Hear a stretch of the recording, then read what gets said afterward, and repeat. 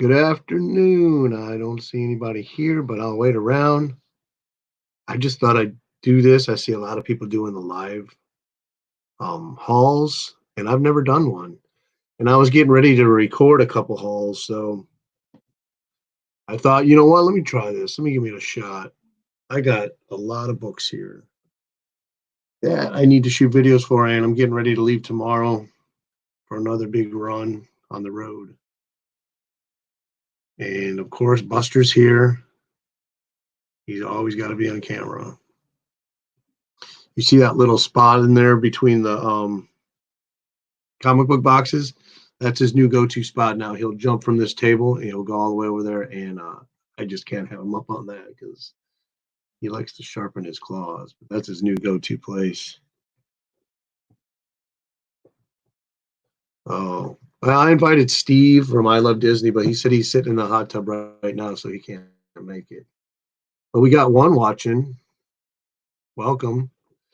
Your name hasn't popped up, so I can't shout you out. But I got my stack or two.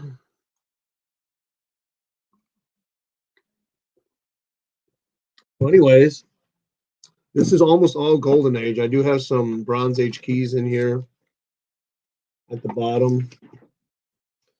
I got this haul to show or to shoot. This haul to shoot. And this one's all Brian Bolden books that I want to do that I got for $1. Went on a hunt one day before the shutdown. Oh, TMC, how's it going, brother? Hey, if you want to join me, let me know. Send me your email. You can be on. I'd love to have more people. It's tough. I've tried to do a live show by myself before, and you just don't have no one to bounce off of. But welcome, TMC Comics. Yeah, your package is on the way. I threw in some goodies for you. I hope you enjoy that. Guess I might as well just get into this. So this is Two Fisted Tales. This is actually the reprint from 1973. Not a book that I care to have, but what happened was I bought this off eBay. They actually had a picture of the 1950s issue, and it said 10 cents on the cover. I sent them a message. I said, "Is that the actual book you're sending me?" And they said, "Yes, we're packaging it up right now." So when this came and I opened it up, I was very, very irate because this is a reprint. And I was thinking I was getting the original EC 1950 whatever year book for $8. So I ended up getting this reprint for $8. This thing's not even worth, it's probably worth $1. So I sent him a pretty heated message, and I got my money back. So this book was free. And we got another watcher in the house. Okay, Buster, this is not your video. You're going to have to get down, boy. Buster, get out of here. And this one I got free with a Golden Age book that I bought. I can't remember which one, but it came free, so that's cool. This is 1946, number 38 from August, Airboy. I believe this has a Heap story in, so if you know who the Heap is, he's the first swamp monster in comics. Low grade, but hey, I'll take it. You had that happen with Popeye. He put the wrong pick on his eBay auction. Oh man, was it a Golden Age Popeye? Because I'm looking at buying some Popeyes, but I want to get the right one. I don't want the Dell. I want the eight. Ooh, I don't want the Dell. I want the the Ace comics from 1938, 39, and then they have the Fox feature book ones from, I think those are from 38 also. Dude, you're gonna have to get down, dude. Come on. So I got the DIY COVID-19 haircut this morning. My wife gave it to me because you can't go out and get any haircuts at this time. Appreciate her doing that for me. It wasn't golden, so was it a Dell or was it a King Features from the 60s? Hey, what's going on, Mark? Four color commentary. How you doing? How's the new house? How's the move going? Okay, I'm probably gonna have to do that a million times. So these, I bought a lot of Golden Age um, books. So these were the five that came in the lot. I only wanted this one, but I got four other books with it. It was a $20 lot. So these are boy illustrated. I didn't put the years on it, but I believe these are probably from the late 40s. And they're low grade, but hey, I consider them free. So I'll take them. That's 59. This is 86. It's good. Still getting things organized, putting up video today. Okay, so I'll have to check that out. And then we got number 50. Now these are by Lev Gleason. These Daredevil, Boy Comics, Crime Does Not Pay. If you pick up any of these are actually written really, really well. That was a thing that they really focused on. They actually touted that their comics were aimed at it more for the adults, and they were written really well. I just read a Crime Does Not Pay, which is in here last night, and it was really good. Especially the letter page is very entertaining. Number 51. So these were, like I said, they were the extras for me. But this is the one I wanted. I'm trying to collect the early issues of Boy. So this is 1944, number 14. Let's adjust that light. And it's in pretty good shape. I look at this title when I'm buying these. I don't want anything dirty or written on. And I'm trying to get some better grades of these. So this is my second. I think I got number 25 also. And if you'll notice this character here, Ironjaw, that Atlas Comics ripped him off for the Conan like feature that they put out in the 1976.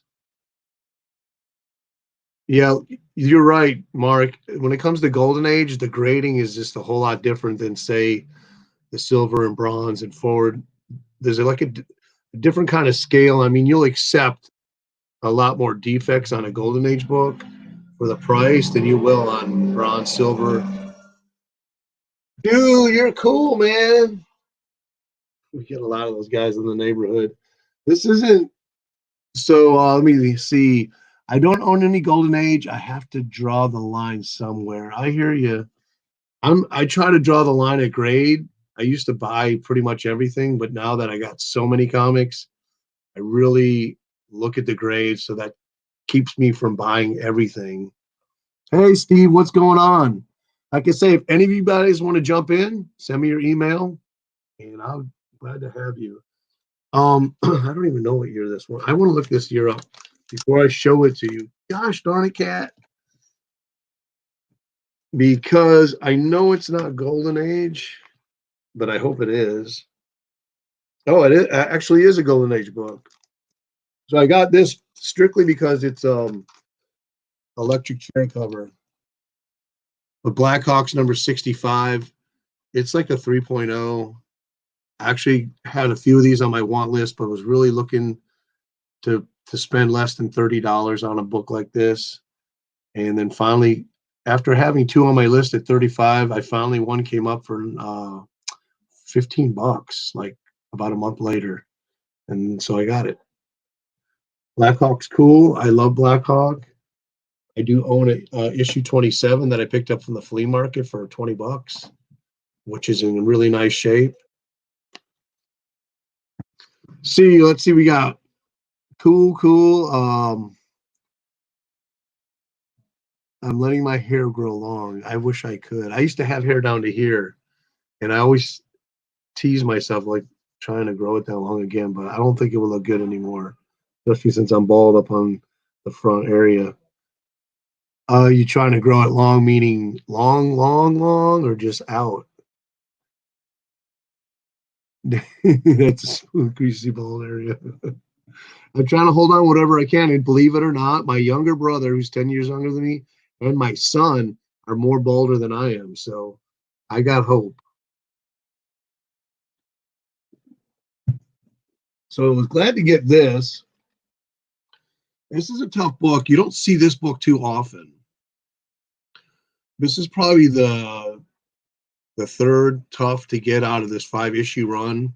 There is one called Horrors of Mystery that I've never even seen a copy for sale anywhere.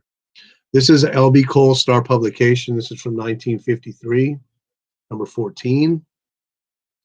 So it's called The Horrors. So there's the Horrors of Mystery, 2 issues of Horrors of the Underworld, and then 2 issues of Horrors of War.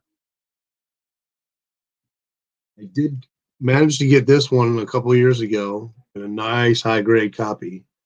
But this is the one that you'll see almost all the time for sale. The other Horrors of War I've never seen for sale, and the other Horror Underground I've never seen, and the Horrors of Mystery, that book's is like a ghost. So I was happy to get this. Put it in the PC, LB Cole cover, of course, and crime. Love crime comics from the Golden Age. I like the crackle on the title of that horrors book. The crackle. What do you mean, like around the lettering?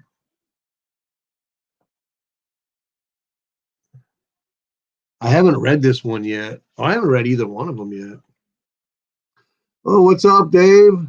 Surf Blues in the house. I did pick up a Xbox slot, put it up on a video. Okay, I have to check that out. Did you just put that up today? Oop, this one got misfiled. That's one of the ones I picked up yesterday. This book I've been looking at for a couple of years. Most people always want $100 for this, and I just didn't want to pay $100 for it. I actually found this one for 30, and it had a huge spine roll in it. So I pressed out the spine roll. I never knew what the interiors were, but I was happy when I got this and opened it up. It has 3 main stories of the Hangman, which I think he was originally an MLJ character. I don't know. I have to do some more research on that, but it's really, really cool interiors. I really, really try to, if I find a book that I want, depending how bad I want it, if I don't want it super bad, I'll wait and see if I can get it for like $30. There's always going to be these people that aren't comic book collectors, and they're big eBay sellers, and they always get lots of stuff, like a big lot of different things. And a lot of times there'll be comic books in there, and they'll post them, and they don't really investigate the prices or anything like that, and they go up cheap. Scott's in the house too. Give me that comic book or give me death. Oh, this one, the Freedom Train, because that rings true. This is cool. I've seen this out on eBay, and I've never seen it before. It's a promotional book for like just things about documents the United States and being a good citizen. And I showed this to Meteor because I know he kind of collects this stuff, and he didn't really respond. So I kept looking at the cover on my watch list, like, man, that's a cool cover. And so I sent him a message like, if you're not going to buy that, let me know. He's like, go for it. So I snatched it up. I actually seen another one for sale for $50, and it was in worse shape than this. So that always gives me that good feeling, like I did well. I did well. Okay, so Mark from Four Color Commentary. Still lots of non-comic folks who also think their old comics are worth, oh yeah, worth more than they are. They think it's all gold. Yeah, I see that constantly. Constantly. Let me fix mine. Lady Death, Scott Neely. Oh, I came across a bunch of Lady Deaths yesterday at the comic shop. Never got into that for some reason. No, that Liberty comic. Oh, this one. I have 3 issues in this run. Yeah, definitely glad to have that one on the PC. I mean, it's not exactly the highest grade, but for the price, it'll definitely, it's satisfying to me. I don't need to upgrade on it unless I see one for really cheap. You do not like Lady Death. I don't either. And what's the other guy? Evil Ernie? What's the deal with Evil Ernie? Is there an Evil Bert? This one was $20. And the only reason I grabbed it, it's a Schomburg cover and it's a Nazi cover and a Good Girl cover too. And I've seen a few after I bought this one come up and they want more money and it was lower grade stuff. I did press this one out and it has the Nazi insignia there. Not that I'm a Nazi fan or anything, but it just screams, the time of the book, the time of what was going on in our history, and that we just kicked that sucker's ass. So it's called It Really Happened, and this is from 1944. Jesse Lynch, Evil Bert. Thanks for the laugh. Someone ought to do a comic on him. I don't know if I showed this one or not. I don't think I did. I did get it recently. The guy had some good prices on his Golden Age books, and he had quite a few things. He had another issue where he was riding on a Bronco, and I'm like, why the heck would I want that? It was in a nicer grade, but I figured I'd rather have Captain Marvel Jr. fighting a supervillain on the cover than riding a bucking Bronco. So this is Master Comics 112 from February 1950. Fawcett Comic, of course. And then you got Tom Mix in here, if you even know who that is. He's a character that was sponsored by Purina. Is it Purina? I think it's Purina Mix cereal. And they actually did some promotional comics that are really cool. I actually got one a while back. So this is one of the big books of the haul, and I've showed it on a few live shows by now. But number 36, pretty decent copy. I mean, you see this here, but it looks worse than it is. And there's a lot of Nazis are fighting in here, Japanese, and not only that, every story is a Halloween story with ghosts, goblins, and witches.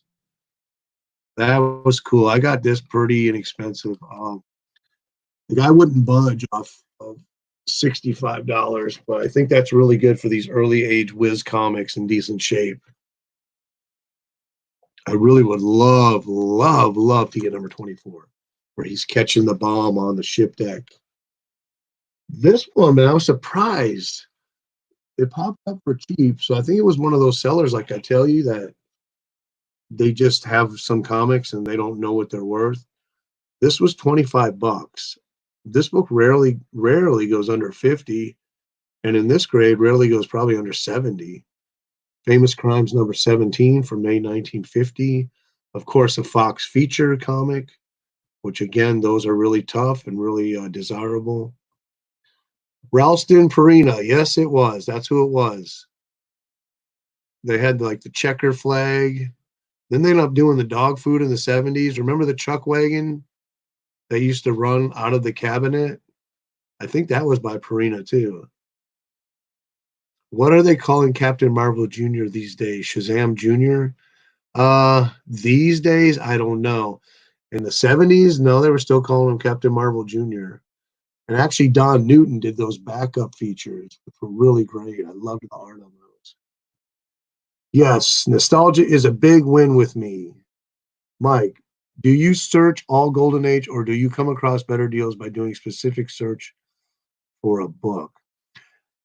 I'll put a book on my list. If I put it on my want list and I don't know much about it, then I'll research it.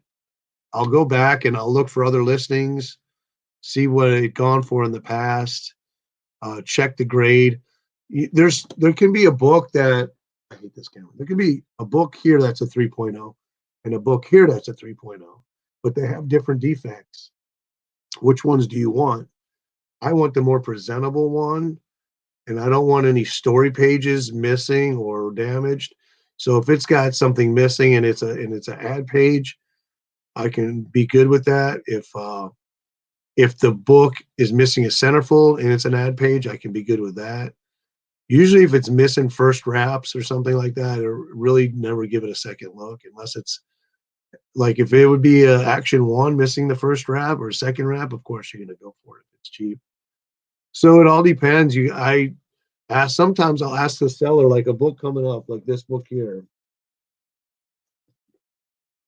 I paid So let me shut this door. Even though I've already told the missus what I paid, I'm sure she doesn't want to hear it again. So I paid like $130 for this book. It's an early Green Hornet from 1943. So I had concerns about this right here when I was looking at the pictures. I can get this thing open.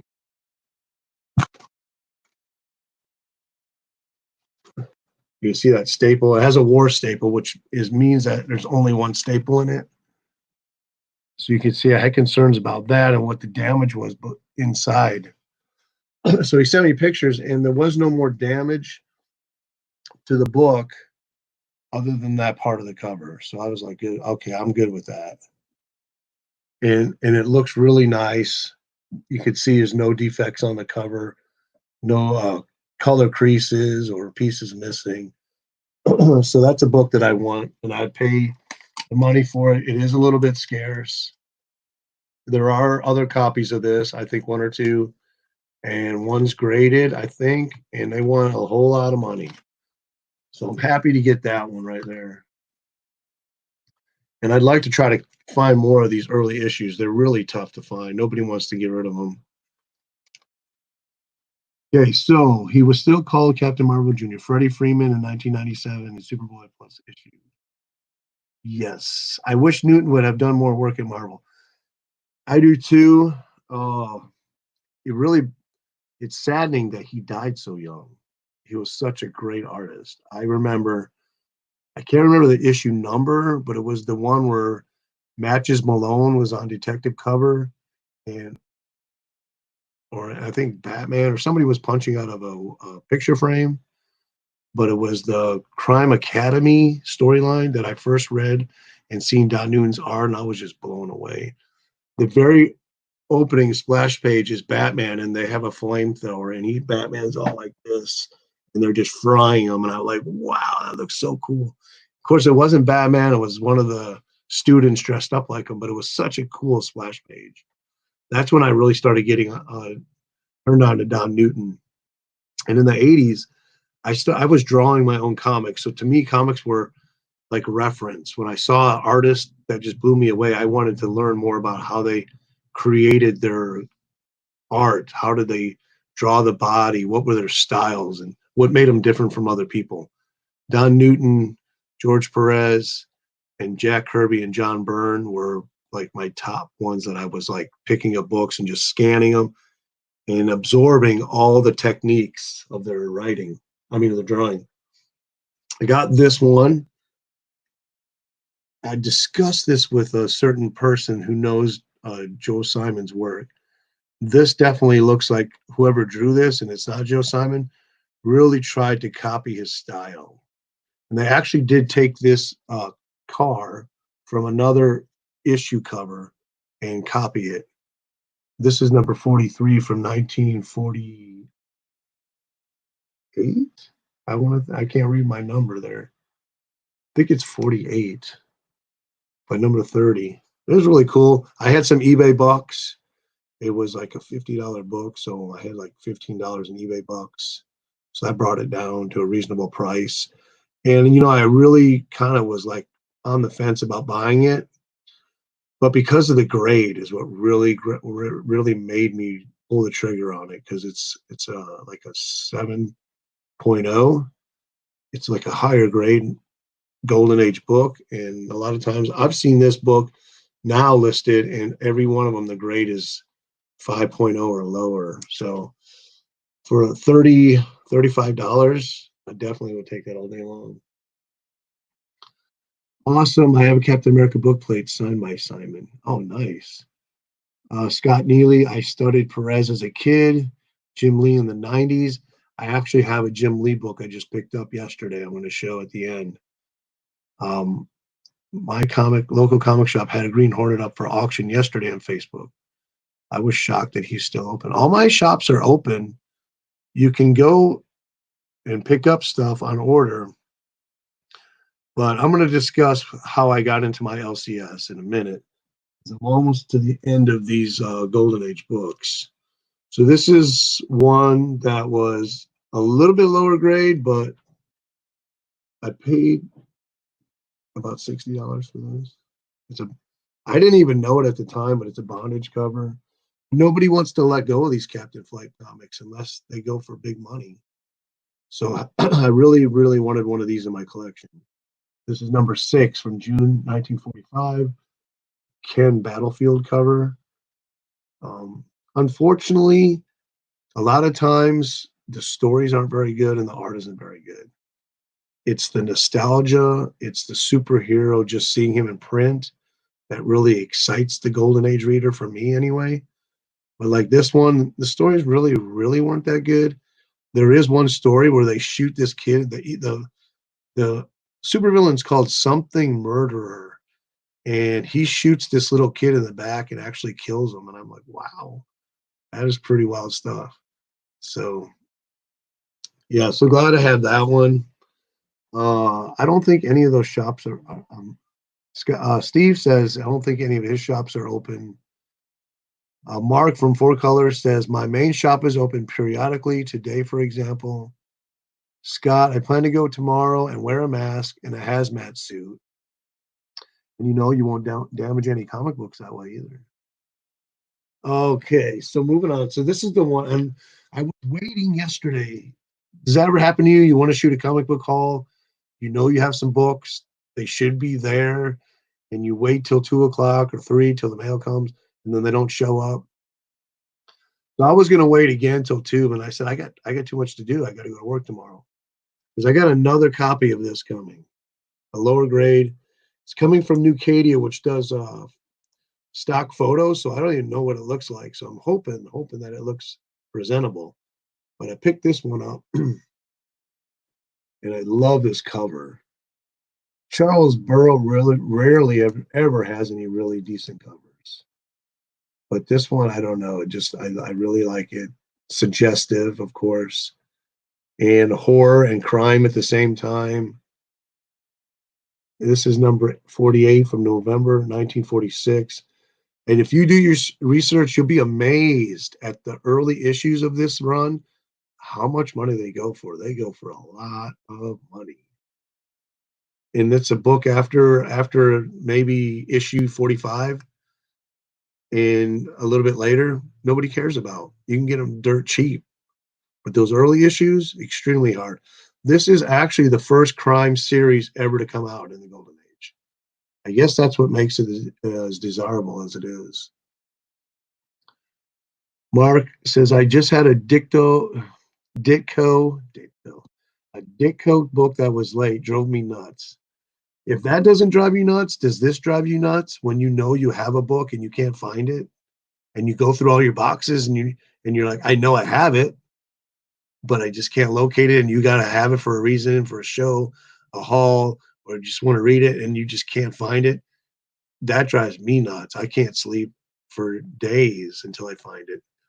There was a couple Golden Age books I couldn't find, and I have some boxes that I have modern comics in, so I didn't check those because I'm like, I know what's in there, and they're not going to be in there. But were they in there? Yeah, they were in there.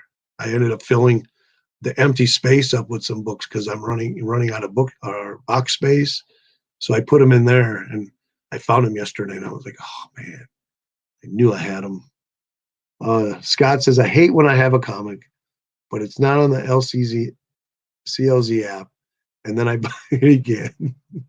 I haven't had that happen, but yeah, I can see that frustration. This book wasn't, I think it was this book, wasn't in the CLZ app yesterday, and I was like, really? This is such a famous series that for them not to have it didn't even make any sense at all. So I had to put it in manually. So yeah, I can see the frustration with that. That frustration is with Key Collector app because their their years are wrong most of the time. And I sent an email to Nick, and he's like, "Yeah, it's a glitch in the software, but I don't think they fixed it yet." And the same thing with the CLZ app. Be careful because they list artists that aren't even the artists on the book. I don't know how that happens.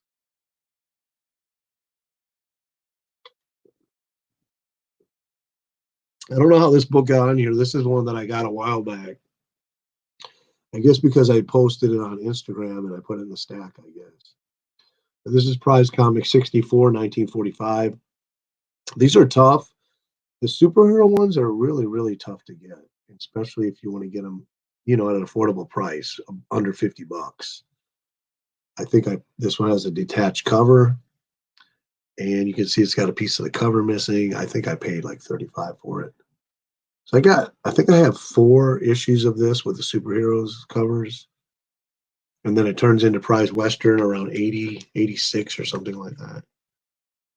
Jesse, oh man, I thought I was the only one that couldn't find books. I know I have, but it builds muscles moving long boxes around.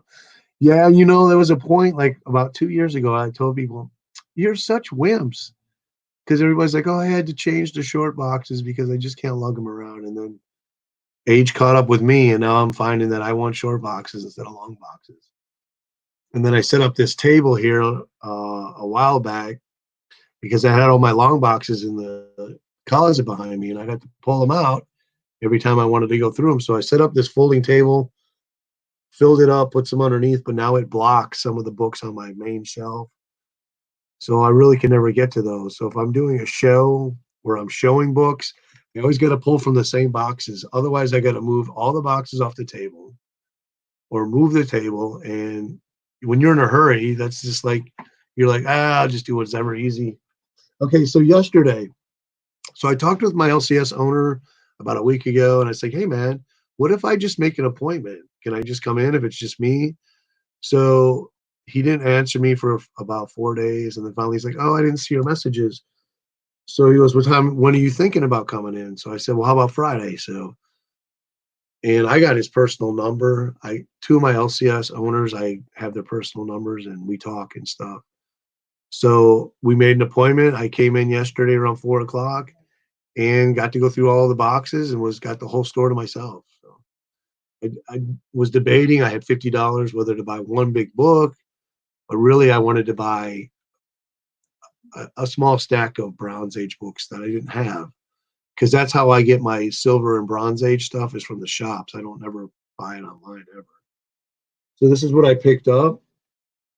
I was wanting to get an issue of this for a while, but everybody, this book is expensive relatively to what it should be worth. And I told my LCS owner, because this is probably an 8.5, I guess. I said $9 should be right about what it's worth, and he's like, "Are you kidding me?" So he looked it up. But anyways, first appearance of Mr. Machine, who later becomes the Machine Man, July 77. So I ended up getting it for $9 because he always cuts me a deal. But he said this book's probably like a $20, $25 book. So I bought the whole lot, which is okay. So let me tell you the story here. I bought all 5 of these, I think it is. Yeah, for $42.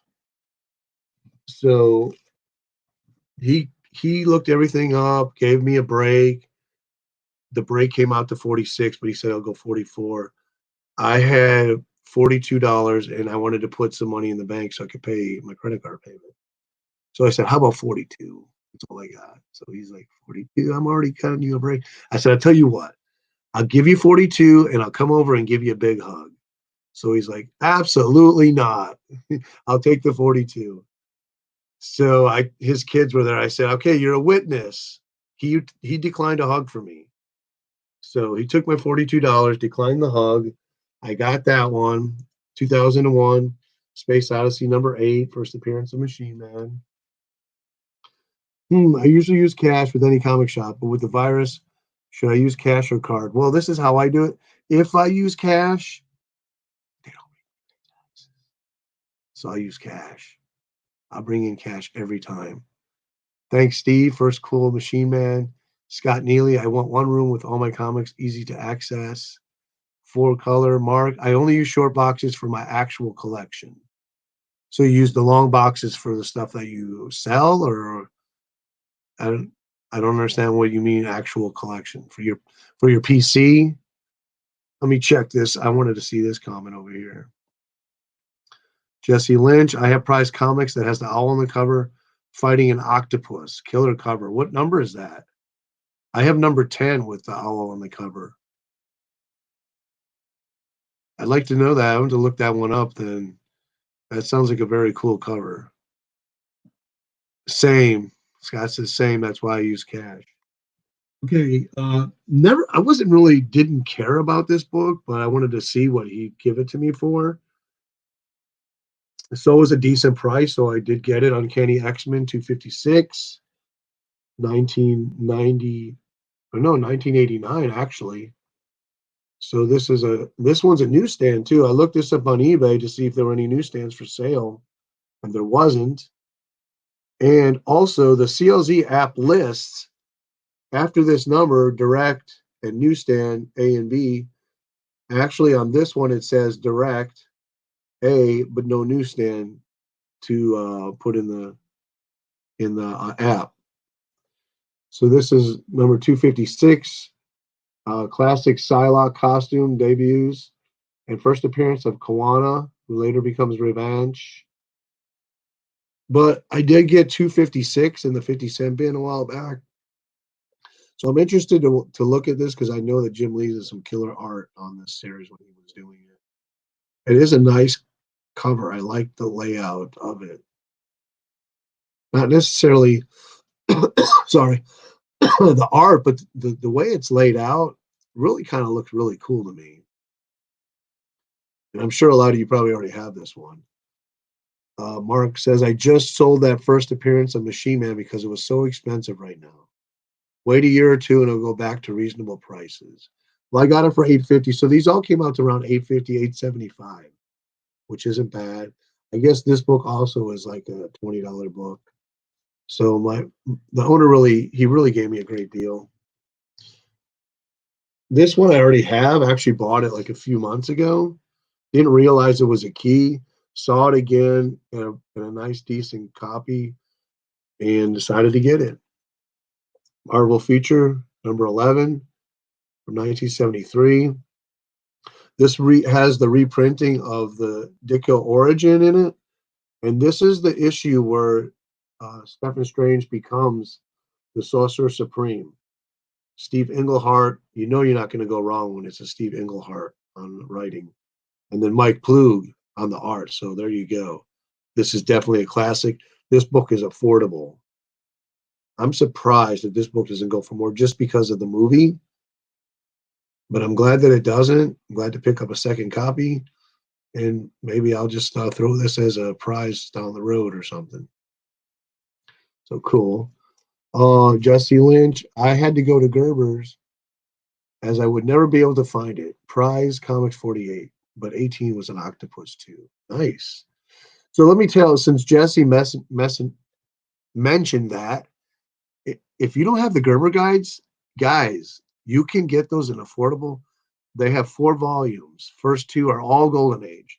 And I think I estimate about 70 to 75% of the first 2 volumes have almost every significant Golden Age book in them, printed in nice ink, color with all the information that you need, the scarcity scale.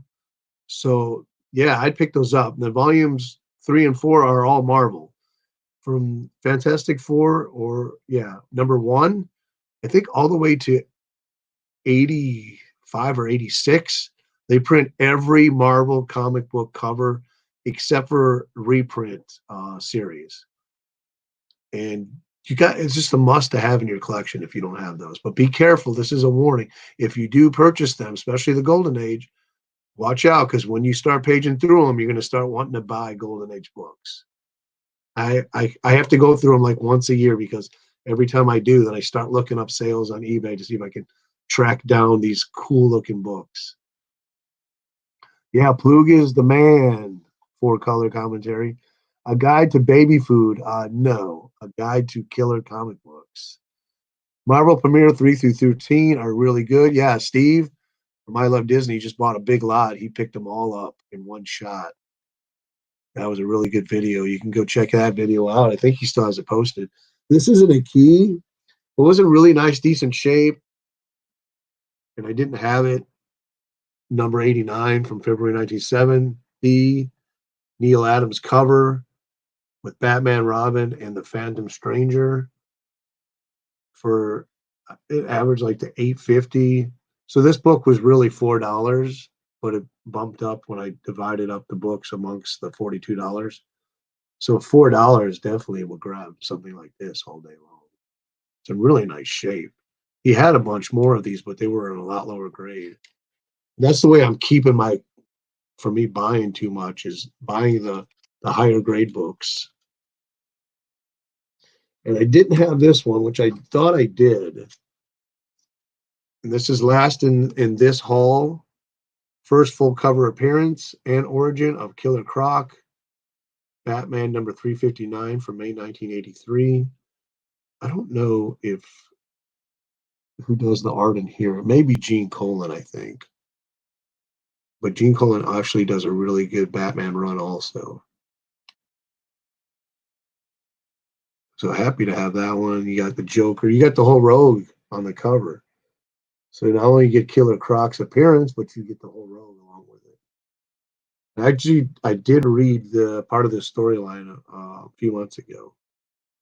One that I always reread whenever I'm going through boxes and I see these again, I kind of pull them out and reread them. Really good stuff. And in the beginning, I can't remember the ending of the Croc storyline, but in the beginning, Croc he's even though he's a villain, he's not like he lets Batman live. He could have killed him right off the bat. I think Batman was shot or something laying on the ground when Killer Croc came out in the cameo. And he just said, I can't kill somebody who's, basically defenseless. So he had a chance to kill Batman and he just walked away from it. Steve says Brave and Bold had some really cool covers, stories, and character combos. You know what I've been trying to find more of now in the dollar bins? The Access comics, the amalgams. I forgot how good those are. So I picked up a few. They're going to be in another haul on maybe a week or so. But those are fun books, 90s books. And for me to say that a 90 book is fun is a lot. So there you go. So all those 90 lovers, check those out if you can find them in the dollar bins. And they're going up, though. I was at the comic shop before this thing happened, and I found a few for $1. And then the owner I was leaving, he goes, well, my mom found another stack. Do you want them? And he had $3 on them. And I'm like, well, I'll take them if they're all $1 a piece. So he goes, okay. So I bought probably a stack like that of them for $1 a piece. Thor number 2 had my hopes up that we could get amalgam together. Thor number 2, what? The new Thor number 2? I don't know about. I'm not following. I read a new comic the other day. It was that I think it was an 80-page Giants Love Passion with Batman.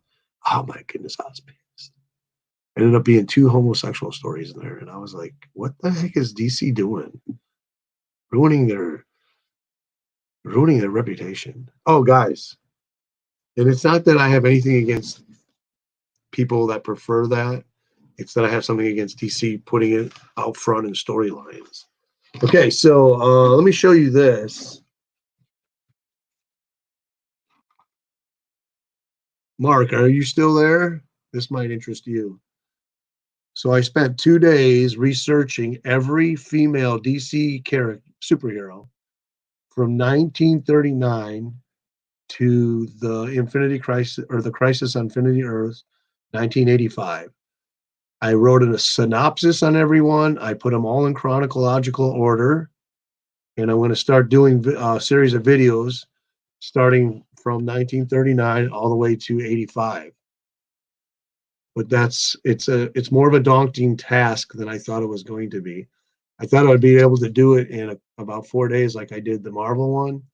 But DC has a longer history, so I found a whole lot more, and actually just tracked down another one. And I did pretty good. You see these 6 right here. When I talked with Metarog, he came up with 6 more that I had not found.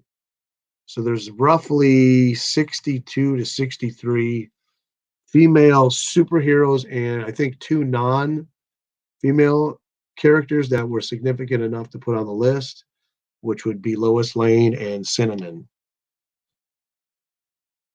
So what do you think of that, guys? So this is going to be quite a task. I actually just wrote out yesterday I spent a couple hours writing out the disclaimer and credits. So doing videos like this, you see these videos that people do, and if you're not sub to FizzPop, go check out that guy. He has great content, and he does a lot of videos like this, but it takes a lot of work. This took me 4 hours to get it right. This is the thanking credits, the disclaimer, basically what is in the videos and why I put it and what I left out. And yeah, so, and then when you go to build these videos, you got to do the voiceover, you got to do the voice acting, the voiceovers, the commentary narratives. You got to do all that. Then you put it in your software and you start building your video a little bit at a time. So with a task like this, I'll probably build up to a certain point from 1939 maybe to 1955, and that would be video one, and then do the next video.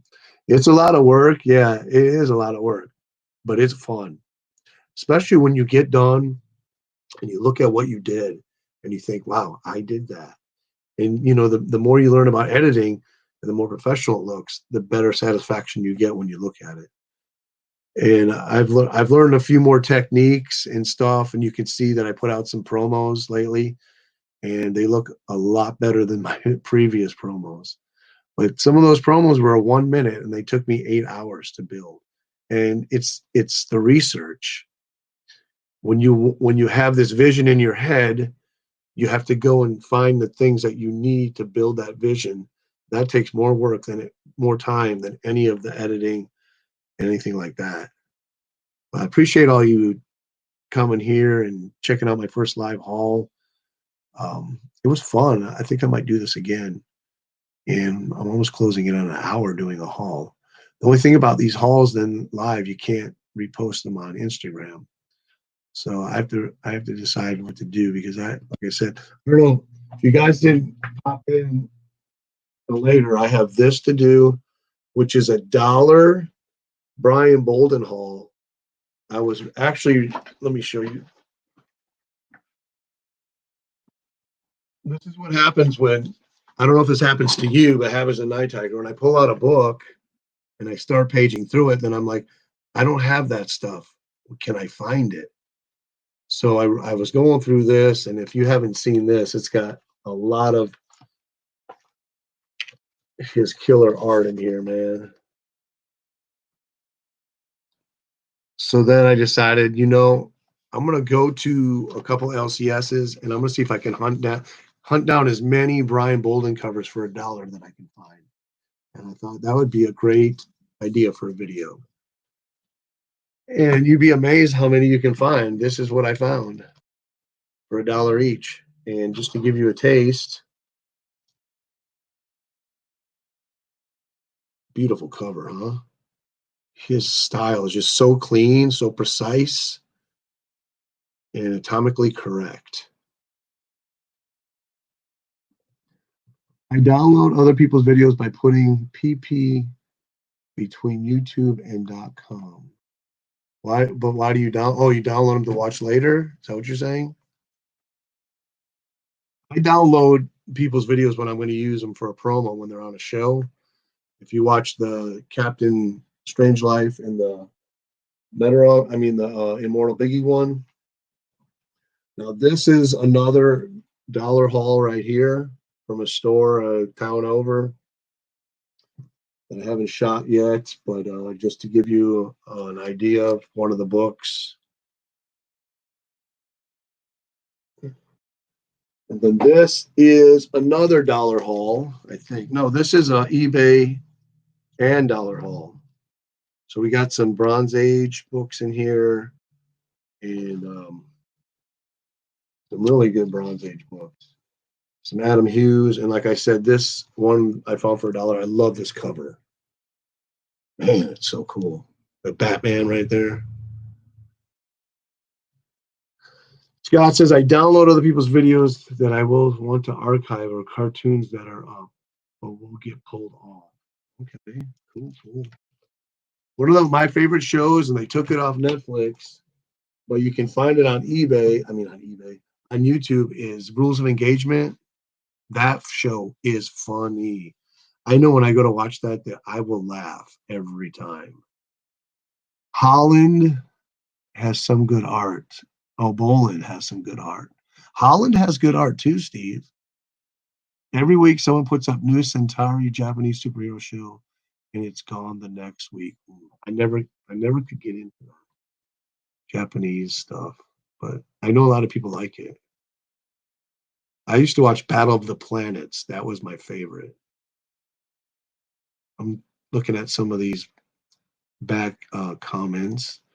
Fist Pop does Golden Age reviews of characters and their history. Yep, really good stuff. He's a great editor. Rules of Engagement has the guy that does the tick voice. Yep. What's his name? Worthing War something. He's Putty from Seinfeld. I did catch that. I was watching that tick. He's good. He's funny. What else have I been doing? We've been watching Living Single. I don't know if you guys ever saw that show. It's pre-Friends, and it is funny. Me and my wife love that show. G-Force. Yeah, when the plane turns into the Phoenix. What was the fat guy and the little boy? Keop or something like that? Tiny and Keop. G-Force. What else shows did I watch as a kid? I don't remember. My memory's not that good.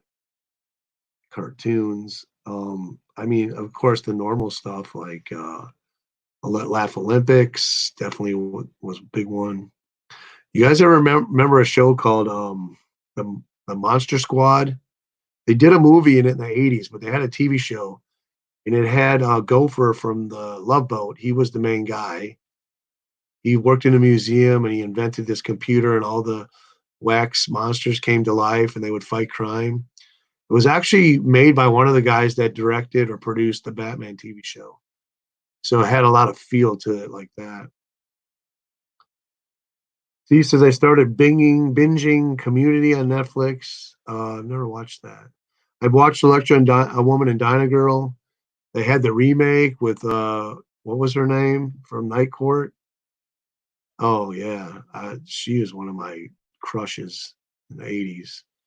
I forget her name now. And then, okay, who watched Sigmund the Sea Monster? That was another favorite. And that was the kid from Jodie and Buffy from Family Affair. That's another show that we're watching right now. We like to watch a lot of the older shows because they don't have as much bad content in them as cussing and sex and nudity. How about the Groovy Ghoulies? I never really watched that. I don't think I even watched that movie ever. I know that's a cult favorite among a lot of people. Dr. Shrinker. No, it wasn't. Oh, you had a Lonnie Anderson. Who doesn't love Lonnie Anderson? Seinfeld. Big Seinfeld fan right here. H&R Puffins. You watch that, Steve? I used to watch that too all the time. The Bugaloos. Come on, people. Let's go back. The Monkeys TV show. No monkeys. Hey, we're the monkeys. Yeah, entertainment died in the 90s. There's a good video. If you guys aren't sub to Rick Beato, he's a music producer. He's got a really good channel if you're into 80s music and 70s. He talks about when rock music died in the early 2000s because of the computer software. That's a good video to watch. Okay, Mark, take care. Thanks for joining us. And go, guys, sub up Mark. Check out his channel. Mark has some great content. Scott, if it's not Laserdisc, it's no good. You remember when those came out? I remember what store that was, and they were the big deal. You could walk in, and they would pull you aside and try to demonstrate it to you. Watch the monkeys, Bugaloos. They're in the air and everywhere. And okay, here's a trivia. Let's do some trivia. What was the first music video to play on MTV? That shouldn't be a too hard of a question. And remember Croft Superstar Hour or something with Dr. Shrinker, and then yeah, Banana Splits, Adam Ant. Who else was on Banana? Was it Lippy the Line and RDRR?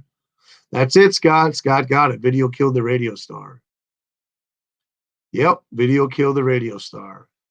Boy, we're showing our age, aren't we? Here's Land of the Lost. I actually found that DVD for season one for $1 at Second and Charles. You guys tell me, did you have a crush on Holly? It always bugged me that I always thought, what would happen between Will and Holly if they never got out of there? I mean, would they have to procreate in order to like populate the area if they never could go back home? And I always think, I hope not. Dang, Scott, you're only 1 week away from 50. When's your birthday?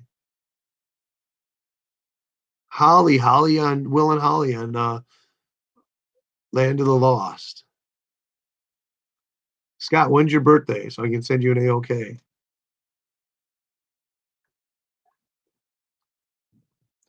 Send me a message on Instagram, April 24th. Okay, I'm writing that down. I gotta find a pen though. I'm gonna put AOK together, but it probably is not gonna get out till maybe 2 weeks from now because I'm gonna be gone.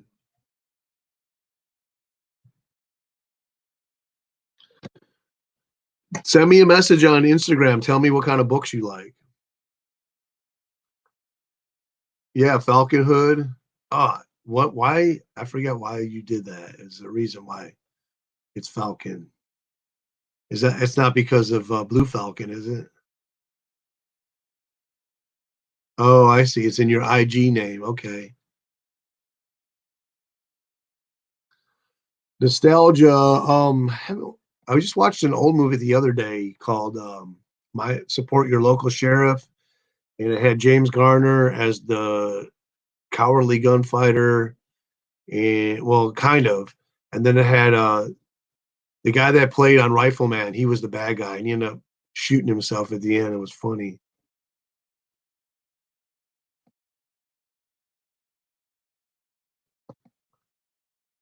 Oh yeah, who didn't? You know that she had a twin sister too? Got her address out of one of those teen books and wrote her asking her to marry him.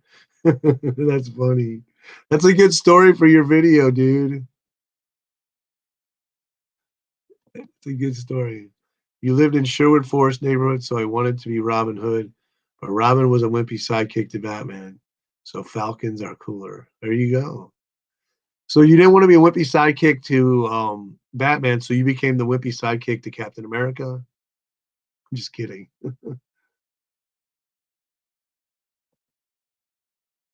You guys are awesome, man. I wish we could get together in real person, but you know how it is, families and distance and everything. We got Black Sheep Comic Collector. What's up, dude?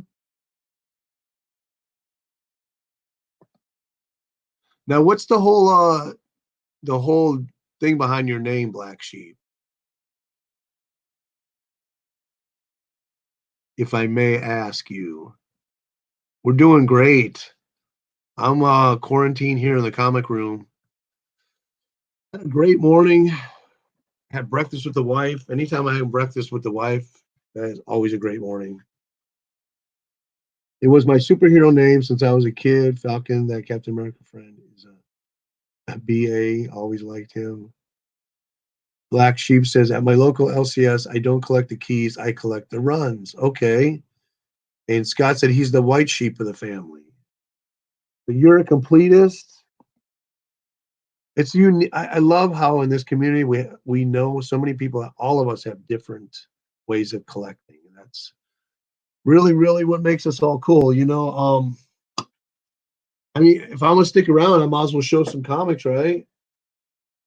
So this is a comic book dollar haul right here, and I'll probably put out a video on it later too. But I love this cover. You cannot tell me you can't have a crush on Power Woman without when you see this. And that's the Alex Ross, November 2007. And this run also has the Stargirl cover that's similar to this too. What do you guys think? Crush? No crush? Would you date her? Would you date? Okay, if you had a choice between dating Huntress, Power Girl, or Supergirl, who would you choose? I think my first choice would be Huntress, and then if she didn't pan out, I'd give Power Girl a ring, and I probably could just be friends with Supergirl. I don't know. She's just not for me. Scott says, I'm trying to get everything Superboy comic run, missing some of the keys people buy just to have for money. I don't want the value. I want the issues to read. Exactly, man. I'd rather have the comic to read and have it as a key second. Dating Power Girl, I'm a boob guy. Sorry, no, not PC. Um, I don't know. I'm a boob guy, thigh guy, butt guy. Just depends on who has it, and of course, all my wives. So gotta go with that. These, like I said, these are all dollar books. I just grabbed this one because it had Batgirl on it. Superman Adventures, number 25, number 1998.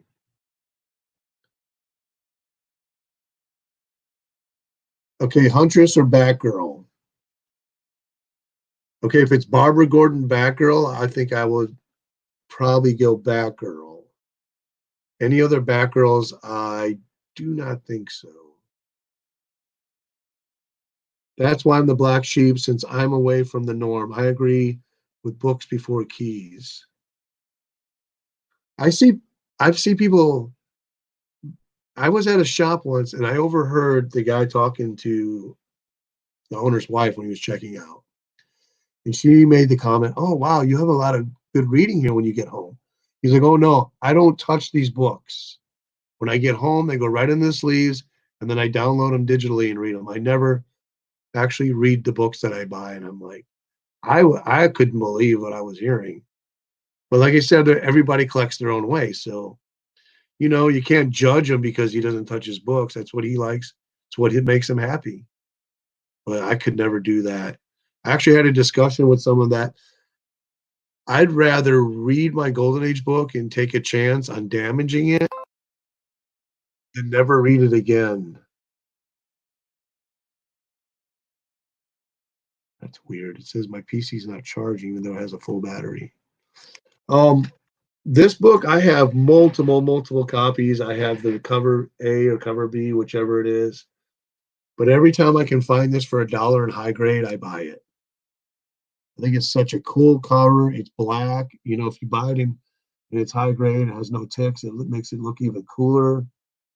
Of course, it's glow in the dark. First appearance of the electric blue Superman suit in May 1997. There you go, Scott. 90s book. I think I have 10 issues of this. Think I have 2 issues of cover B, which for some, no, it's supposedly it's cover A, which cover A seems to be the harder one to find. I guess it's because it's the newsstand. I have that on my nightstand with the glow in the dark toy. Oh, cool. You have it on your nightstand. Is it a newsstand on your nightstand?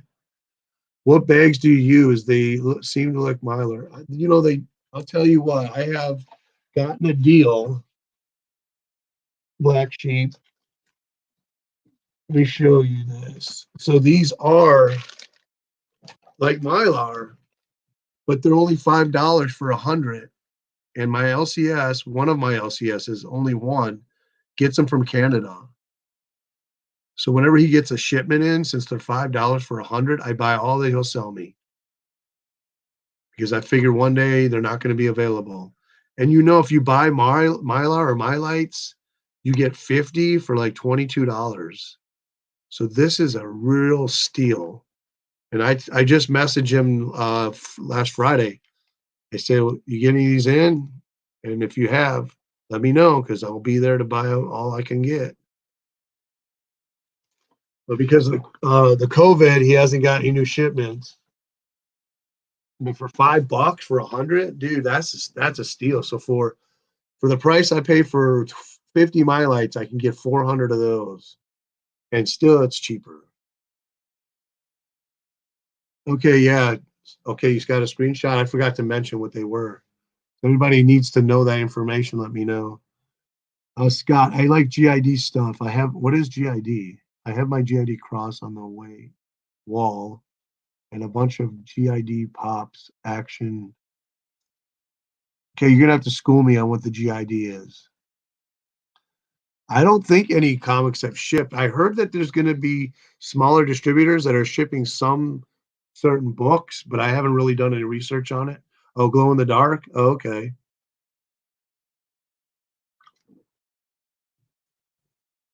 So this was a book, another 90s book, Summer 92. What if Venom had possessed the Punisher? And that's a newsstand too. There you go.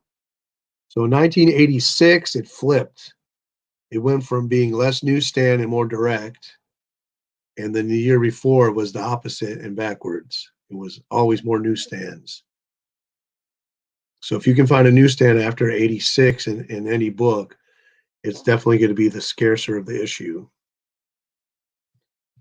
I picked up this. Is this a Brian Boland cover? No, it's not. But annual Tales of the Green Lantern Corps, number 3 from 1987. I don't know. I'm not a huge Green Lantern guy, but when I see Green Lantern books, I always am intrigued by how cool the characters look. Then I pick them up.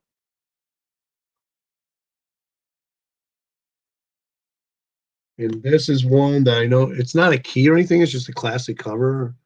Jim Valentino, May 91, Crushing the Galaxy. So this is the Cosmic Ghost Rider right here, or I don't know. I haven't read it.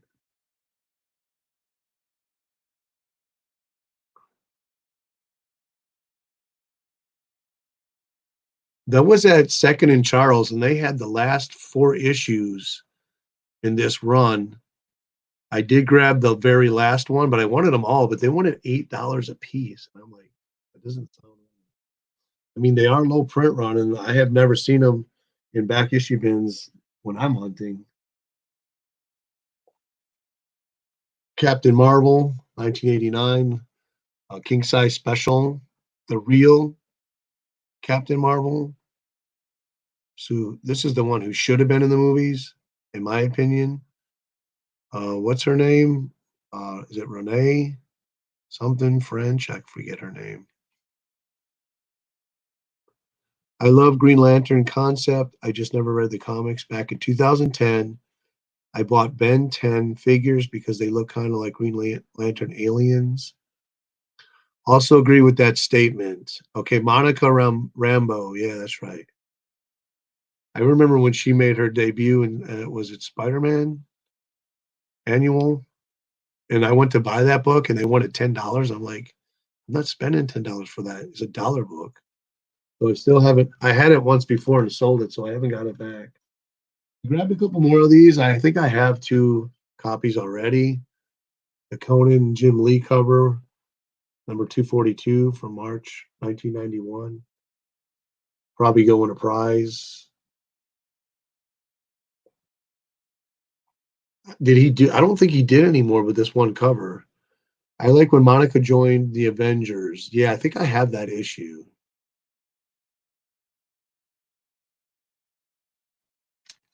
Then I got some of these Marvel superhero giants. This one has Miss Marvel and Sabretooth going at it on the cover. These are just cool. July 92. There you go, Scott. I'm buying a bunch of 90s books.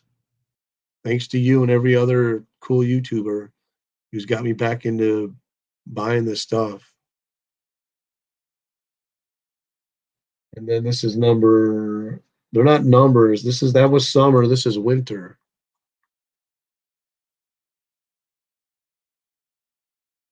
Coolest Doctor Strange cover. Excuse me. You got the crackling energy right there, Steve. I liked when Monica when she joined the Avengers. Me too. This is spring '92, so I got summer, winter, spring. Nice black cover.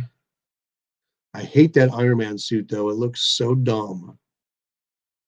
What do you guys think of that? Then you got Mockingbird in the back. Ooh, I have a crush on Mockingbird. Mockingbird versus Huntress. That would be a nice amalgam comic. Who do you think would win? That's a tough one. Or you know what? I want to see Catwoman versus Black Cat. I think that would be a great fight. Cat fight. Scott says, I like '90s because I stopped reading in the '90s, so busy with college. Black Sheep. I also hate the Iron Man suit with the nose.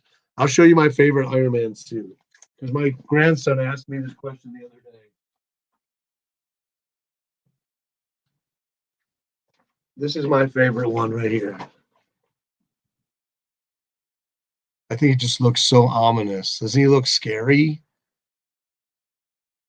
And then you can imagine the roller skates on the bottom.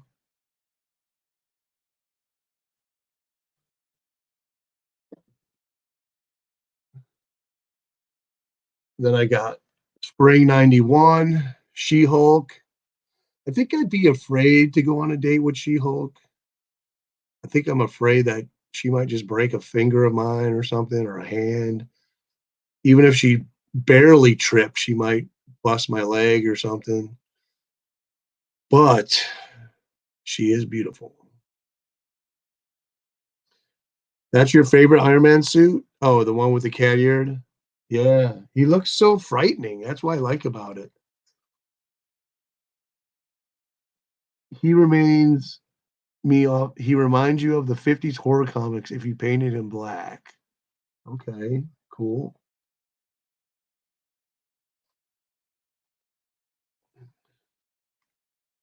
This is a pretty good series. I haven't read this issue, but I've been read the Black Cat issues. Actually, okay, this is a spoiler if you haven't read this series. Spider-Man actually gets killed for real.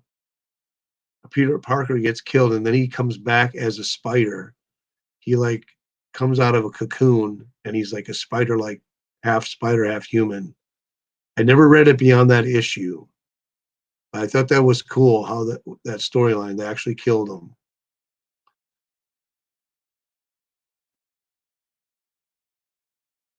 Sorry, my phone has autocorrect. Oh, I know. I hate that.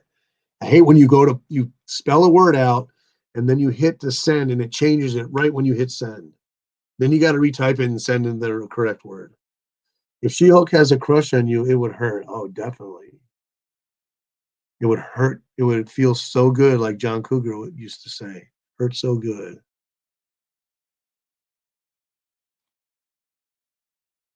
Found this for, I guess this book's going up. Found this for, I think this is my second one I found for $1. First appearance of Jolt in costume, and speculation is she's going to appear in the Falcon and Winter Soldier movie, July '97. Yeah, he kind of looks like Iron Man suit. Thunderbolts and some Adam Hughes for $1. Early Adam Hughes newsstands.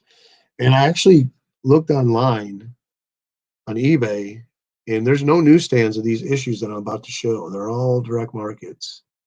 That's why I grabbed them because I haven't seen the newsstands anywhere else. He looks more like Hulk or Gamora.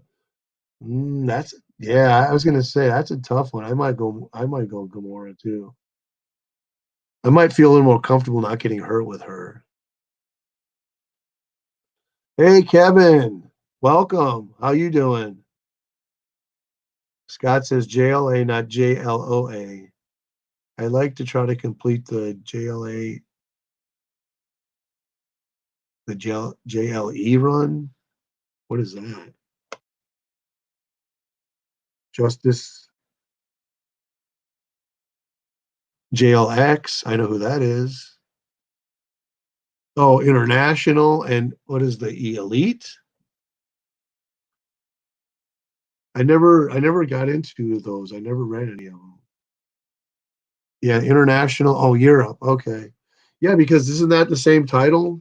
Didn't it switch from this to this or something? Or back or I don't know, something like that. Because when you try to put these in the app, I think you have to look up Justice League International, if I'm not mistaken. Oh, nice. You just finished work. So now you got the rest of the weekend. They called me in tomorrow, so I got to go to Texas, then Oklahoma. But hey, I'm down for it. My company just bought two other businesses that were going out, and now I got more work than I can handle, which is a good thing. Another's Adam Hughes newsstand. Why I bought it, Early Hughes. And who took over after this? Was it uh, Giffen that did the artwork after Hughes did it? And I gotta say, here's that one that I bought. This one was $8. It's the last issue, number 62 from January 1995. It is a tough issue to find, so I wanted to get the other four, but I wasn't going to pay $8 for every one of them. Is that Jim Valentino? No. West and Montano. Oh, I'm getting more 90s books into my collection. And I had to pick up this thanks to JPL Flash and to the respect that has something to do with Punchline. This was $5. It is a really cool cover. I didn't have this, and since I do buy this era of Batman, I'd pay the five. It's not necessarily about the key, but I'll tell you what, guys, this story inside and the art is really bad, really, really bad, which doesn't normally happen to a Batman book around this era. It's 1987, but his first appearance of mime. But man, was the story and the art so bad, I had to fight to get through it. I hate books like that. Well, I'm gonna hang around here. We'll make this an hour and a half because you make these videos so long, people don't want to go back and watch the rewind. So, what are y'all doing today? We see Kevin says your collaboration with Simon Comics was awesome. Any plans on doing more? Yes, yes. I had got to meet Simon when we went to New York last year. Really cool dude, and kind of built a friendship, which is awesome. And really, I love his tenacity, his enthusiasm, and of what he's done. He's built up one of the best timely collections I've seen among someone of his age. He's a younger guy. He's younger than 20, and his timely collection is just awesome. So I'm waiting on my stimulus check. It should be here next week, I think, or something. But I'm going to buy an All Winter Squad #2 from him. I can't wait to get that book. It'll be my first real timely superhero book in my collection. I can put on my big boy pants, have my big boy book. I hate when people use that term, big boy book. It sounds kind of, share like they say, stupid, but it's funny. Big boy book. It's my big boy book. Um, let's see here. Batman is bad, man. The Punchline Connection book. Need to make videos for my online class. Continue cleaning out of the house, but it's wet outside. Yeah, it rained this morning. I love when it rains on a Saturday. I open all the windows and just listen to the rain. Any chance of getting Alex to comic book order as well? I actually talked with him twice. He was supposed to be on the Captain Strangelove show, but since we had to reschedule, he had family obligations. He couldn't make it. And then he was going to be on the Simon one, but then he had more family obligations because he has a lot of kids. And I can understand that. So hopefully, eventually, we will. Thanks. Thanks. And let's see. Scott says my stim check was deposited directly. Yeah, mine's going to be sent in the mail, so I guess it's going to take longer. I'm looking at a few big Golden Age books, and yeah, I'd like to get another like a Wow early issue with Scarlet and Pinky on the cover, some war covers, because those books are a little tough to get. Steve says, I always think of Big Boy from Dick Tracy movie when I hear the Big Boy book. Yep. And they put out a lot of comics that, do you guys know the restaurant, the Big Boy restaurant? They actually put out a lot of comics. I used to get them when I was a kid, and you can find them online. People want a little bit too much money for them now, but they're all newsprint, no glossy covers or nothing like that. But I'd like to own a few of those for nostalgia reasons. From the Dick Tracy movie, I don't remember that movie. It's been so long since I seen that movie. Yeah, wasn't Madonna in that movie or something? She was having a relationship with Warren Beatty at the time. Do you guys remember the Dracula movie with Jim? Is it Jim Carrey? Was that the late '80s or something? Shoney's had comics about the Big Boy. Warren was as Dick Tracy, and yeah, and they had a lot of name actors as the villains. I have a Pizza Hut book, but it's about the Hulk. I have the this one from Pizza Hut right here. Is it Pizza Hut? No, it's not Pizza Hut. It's Toys R Us. I finally got this for like $5. Every time I see it at different places on the wall, they want 30, and I'm like, it doesn't seem right to me. It only reprints the first story from Batman 221, which was the first appearance of Doctor Zero, who became Mr. Freeze later on. So you guys have any plans? You have any books that you're looking at buying with your newfound refunds? Oh, excuse me.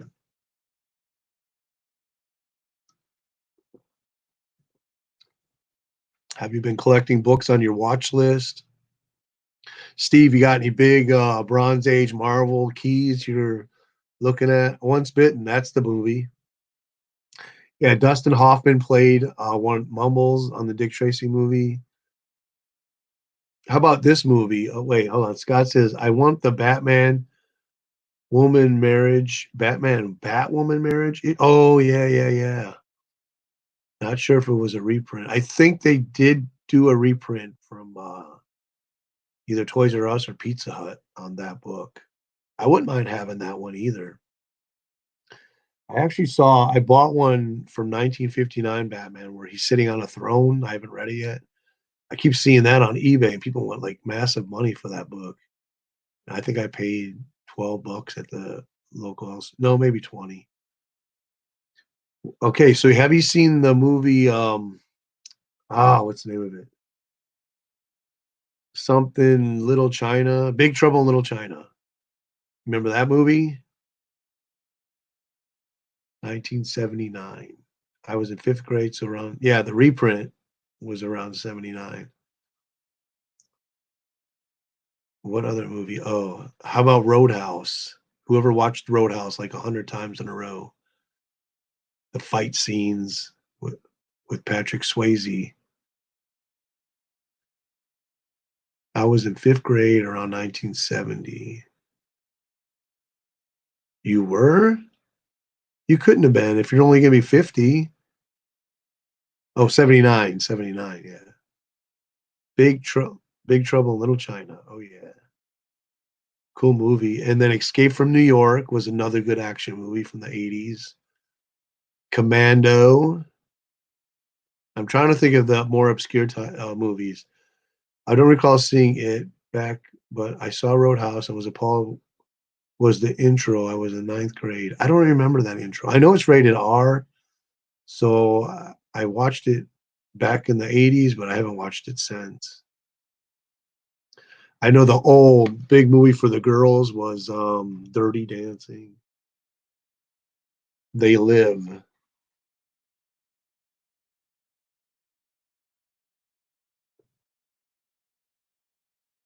Let's see what else. Movies that superhero movies that I rewatch over and over. Batman Returns is the one. How about the movie Warriors? I see that once. You liked watching that when it was on. I don't like watching Rocky Horror Picture Show, and I don't because it wastes all my toasts. I've been watching Transformer movies. They are not as horrible as I believed it was then, except TF2. That movie was too many PV things in it. I just started. I kind of was browsing my movies on my hard drive, and that one GI Joe movie with Bruce Willis. I want to go back and watch that. That looks really good. Hey, Gray Man, what's up? Yeah, we're just about to close it out. We're just talking nostalgic movies right now. You can catch it on the rewind. I don't want to go too long because it's tough. I when I watch live shows, I can't watch 2 hours of the whole thing, so you skip through it.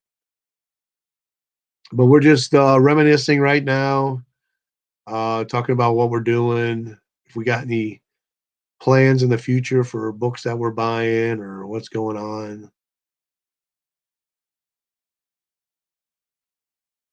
I wanted to ask you, Gray Man, are you still actively playing bass in a band, or do you practice quite often?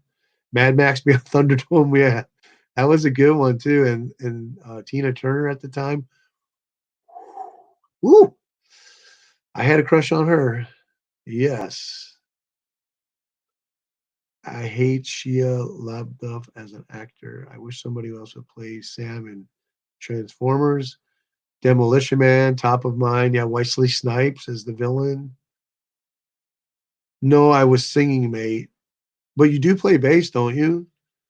Have you seen Horror Express? I have not. I haven't even heard of that. Too lazy to learn an instrument? Oh, okay. Master Blaster, as Iron Bar says. There was a movie, what was the name of it? Where the guy's name was Ace something. And it was like futuristic, and they drove these like dune buggies and stuff. I can't remember the name of the movie right now. It's Hammer Horror. You remember that movie? It's from like 81 or 82. I can't remember it, but it has a song from one of the groups. I think it was 707 was the main title track to the movie. And that guy ended up joining Ace Frehley's band in the 80s. I wish they would redo an Elektra movie.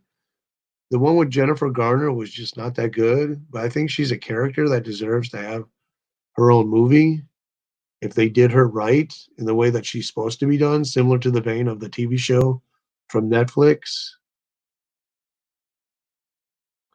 What about the He-Man movie? That's a fan favorite of anybody's? No?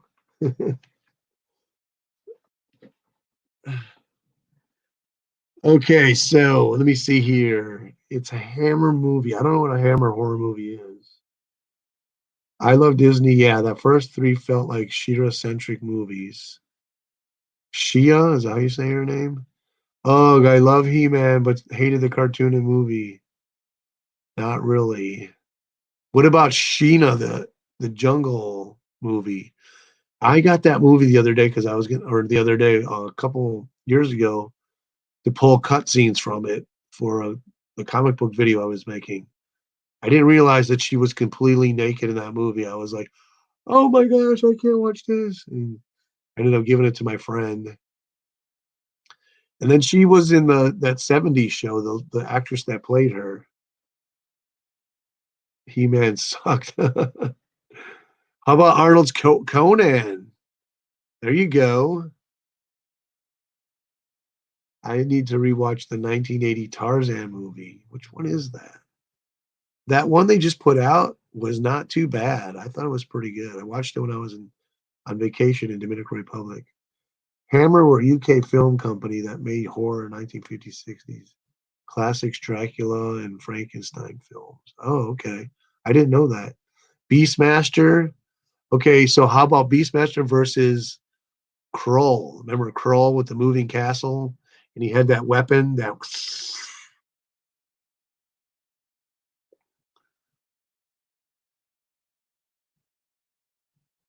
I don't know, guys. Do you want to hang out longer and talk this crap, or because we're getting an hour and a half right now? Oh yeah, Bo Derek. Oh yeah, yeah, yeah, yeah.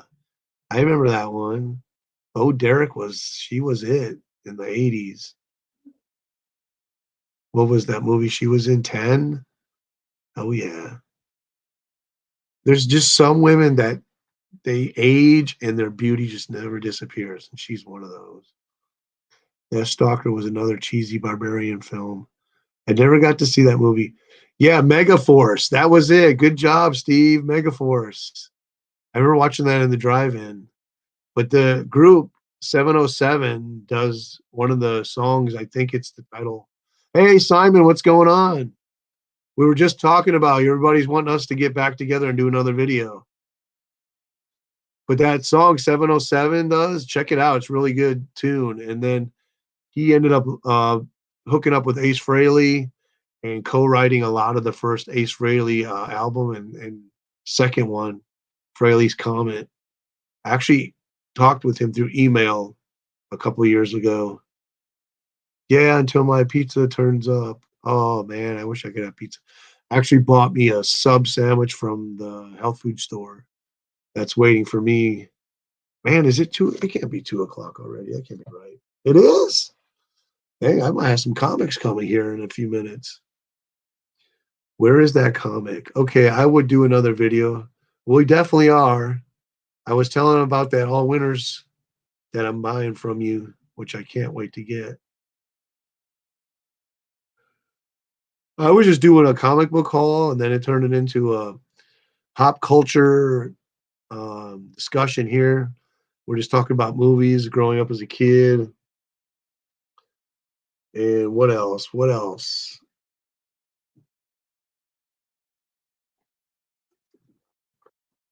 Surf Blue has a birthday coming up, and he said if I get him a gift, what he wants is candy from the 1980s. So if I can find any candy from the 1980s, that's what he wants. So I've been on the lookout for different stuff. Remember the lick a stick that you put in there and you do with the powder and then you lick it. And you couldn't last long before you had to eat that chalk stick. I got a book coming today too in the mail. What is it? What do you got coming? Would be a rank now, really. Would be a bit rank now, really. Oh, well, it's not actually the candy produced in the 80s. It's the reproduction, should we say. That would be gross now. The lick sticks? What? Did you guys do this as a kid? Me and my sister used to take the Jello boxes and open them up, and we lick our finger and we'd eat the Jello. Have you anybody ever do that before? I have a digest coming this week. I have a digest coming after lunch. Megaforce was a good record label. Definitely. They put out some good bands. I don't think I've ever asked, but do you have original art? The only original art I have is my own. So no, I don't. The closest I ever got was Prince by Bob McLeod, which I cannot find that he signed of the New Mutants. Hopefully, I still have them. I don't know why I would ever got rid of them. Just got here. DC Comics presents 26. Okay, what is that?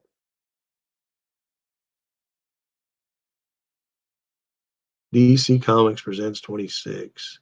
DC Comics 26. Oh, first Teen Titans? Yep. Oh, cool. What'd you pay for that?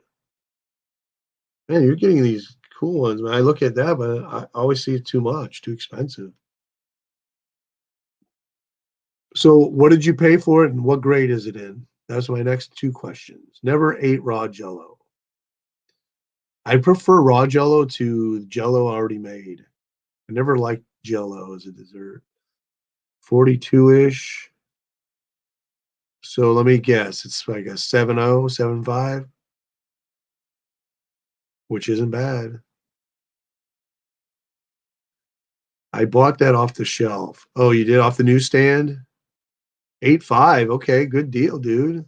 Let me check. Let's see how well you did. I'm looking in the key collector app right now.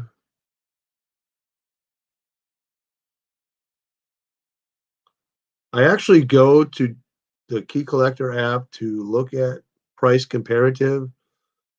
Nice, you did well.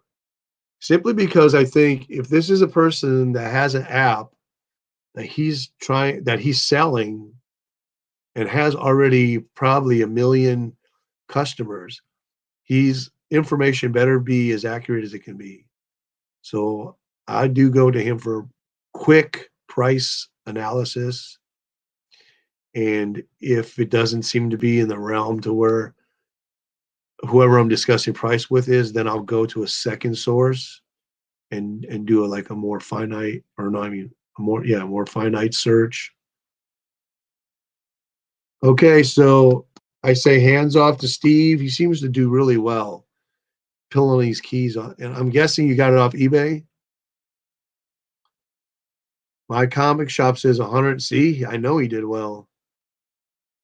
Yeah, my comic shop is weird. It's like a hit and miss. I mean, I guess for silver and bronze, you pay quite a bit more, but when you get into golden age certain books, you can get a deal. Like I got a what book did I get? A book called Voodoo, which is very tough and expensive, and it was missing the middle centerfold, and got it for like $60, which seems to be a steal. If you go to eBay or another source, people are still wanting 100, 120 for a book without the centerfold in it. Kevin says picked up really cheap funny animals from 1944, CGC 9.4. When you say cheap, give us some parameters. Hey, do you have any Silver Age Teen Titans? Yes, I have quite a few Silver Age Teen Titans. I know, Steve. See, well, I think it was Steve. You perused those Bronze and Silver Age, which I rarely do. So you're probably really expert now in finding those good deals. You just bought the omnibus of the Silver Age Teen Titans. Oh, I bet you that's a great read. Gray Man says, I am looking at some bulk silver in bad condition on eBay. Doubt it will win though. Well, since we're sitting here talking, I could do this other haul. I do have some Silver Age books and Bronze Age in it that I got off eBay a while back. This is now another one for $1. Just I'm getting into these again. This is a newsstand, Adam Hughes with female character newsstand. And I looked this, could not find any newsstands for sale anywhere else. Do you have that showcase with the surfer and pink background in Teen Titans? You have to give me a number and I'd have to look. But yeah, I got that one off eBay for like I think $8. It's got a subscription crease in it. I think I got it for $6 because the seller messed up on this book, and so he gave me shipping free and took half off the price. A Golden Age page. Do you know how much it will cost to get 2 pages graded by CGC? That I think will be relative to what they determine the going prices on the page. That's how they determine price on Golden Age books on the value of what they're grading. So it could be different from one book to another, which I don't think that's good business practice, but that's how they do business. Oh, nice. How is the shape on that, Kevin? Scott, give me a number on that book. I'm curious to see the cover. Picked up this number 22, pretty decent shape, probably like a 6.5. It's mostly just dirty on the cover.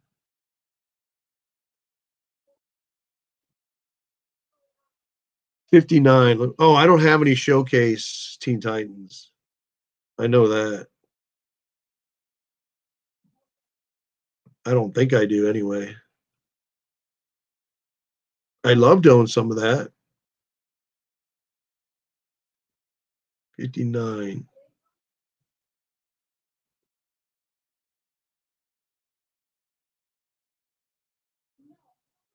No, I definitely don't have that. That's definitely a cool cover, though. I never actually seen that before. Thanks for bringing that to my attention. Wow, that's one of those pink covers. I've never picked up a slab. They look cool. I just wanted to open them and smell them. Actually, was looking at a slab of a Golden Age book. What was it today? Oh, I don't remember. Oh, I think it was a WoW Comics #2. And I kept telling myself, if I get that, I'm cracking it out of that slab. I think it was like a 4.0 because if I got that slab, I'd want to read that book the minute I got it into the house. Oh, this is the first appearance of the Dr. Fate Khalad Nassar from 2015. I just saw this for $1 in the back issue bin. I knew that people were showing this a while back, that it was a book everybody was grabbing. Hey, Ranger Sly, what's going on, brother? Hey, I responded to your email. I haven't heard back from you yet. Give me a shout out on that, or send me back a message. Oh, you did? How much did you pay for it, Scott?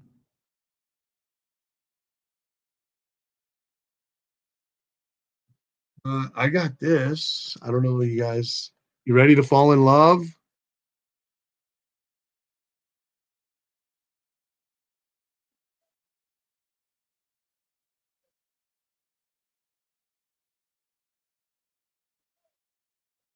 Adam Hughes variant #1, September 2005. I usually don't go after books like this, but this is one that for a longest time. Oh, there's a couple of these Power Girl books that I definitely wanted in my collection. And I had some money. I don't know where I got it. I had 30, $40 or something. I said, I think it's time to go ahead and try to grab me one of these before maybe they get too more expensive. Those are power thighs, dude.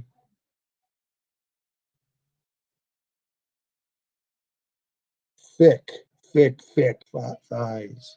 Thick thighs. I picked up this just simply because I had it already, but this was $1. Anybody can guess what key this is? Let me know.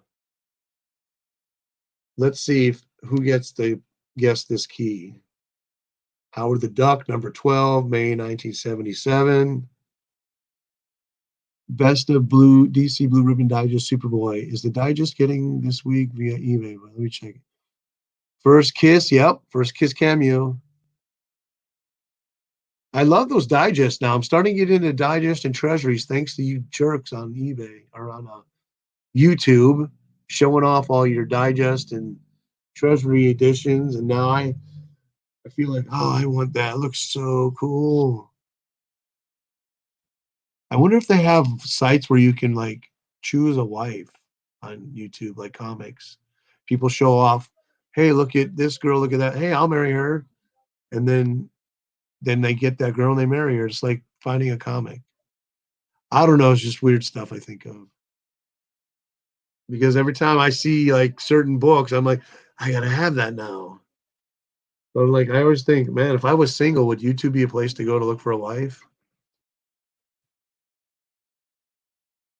Showcase 59, third appearance of Teen Titans. Fine, huge DC Silver Age auction, 1050. That sounds like a steal. Yeah, window shopping. I need a wife, can't afford one. Then look on YouTube, you might find one. Make a video and then spread out your link. Spread your link. That sounds weird. Spread your link. You can't afford a wife. That's why you get a rich one. This is a promotional comic. Anyone ever seen this? Claritin giveaway. Allergy. Poison ivy is like spreading allergies to everybody.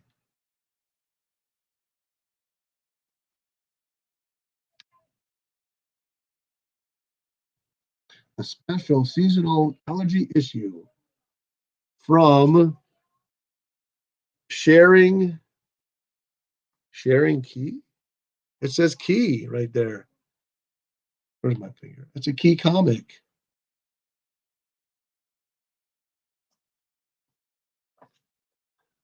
Rich wives can't afford.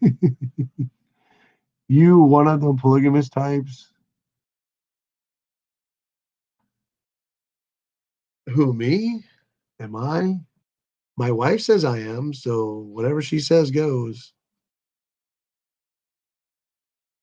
This is first appearance. Is this first appearance of Herbie? I think it is.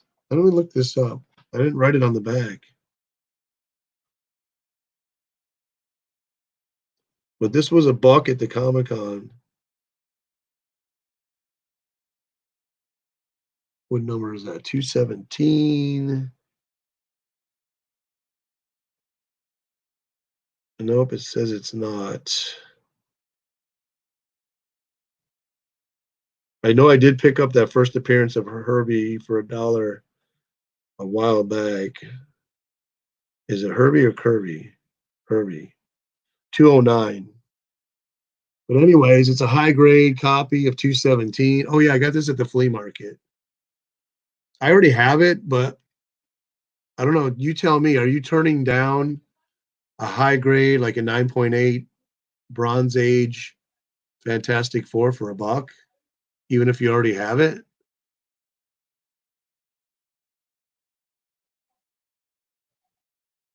This one too, same thing, 9.8.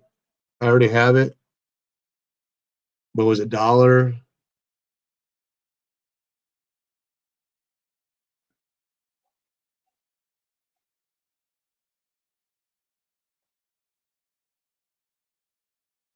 So now we're getting to the eBay. I picked up it was an auction on eBay.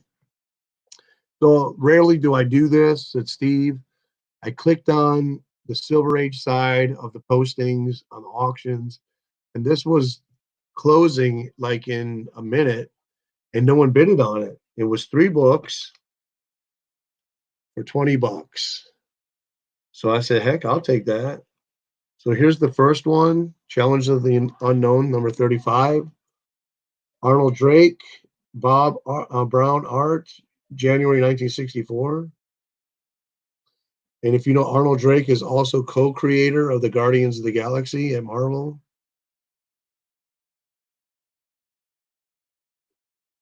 So that was in that lot. This was in there, number 20, July 61. Again, Arnold Drake on scripts, Bob Brown on the art. Nice high grade copies too. I mean, if they would have been low grade, I probably wouldn't have been on the lot. And number 22, November 61. So all three of those were $20.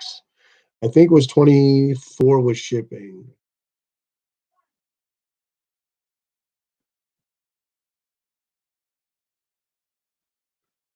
And then you got this. I don't know what looks more beautiful, the girl or the 10-cent box. Love those 10-cent box.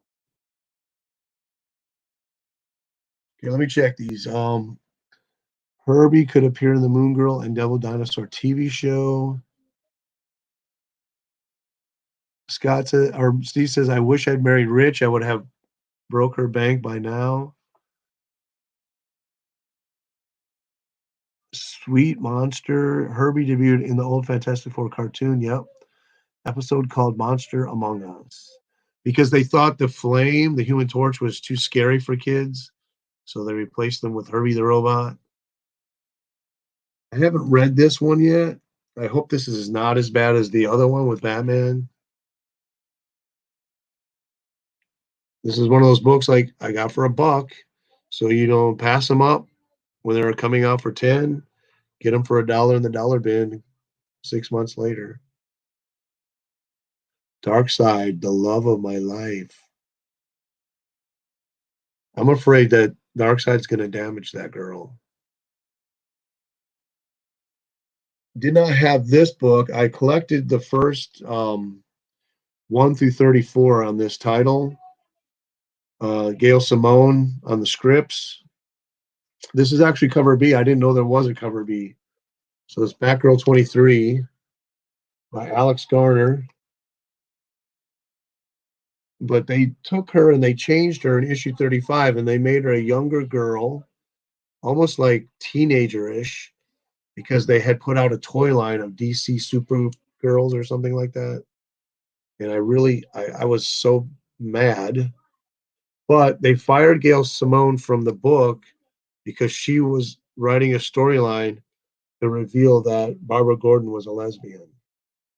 And DC did not want that change to the character. And you can see that they took the concept and they used it for Batwoman instead. A nice B cover.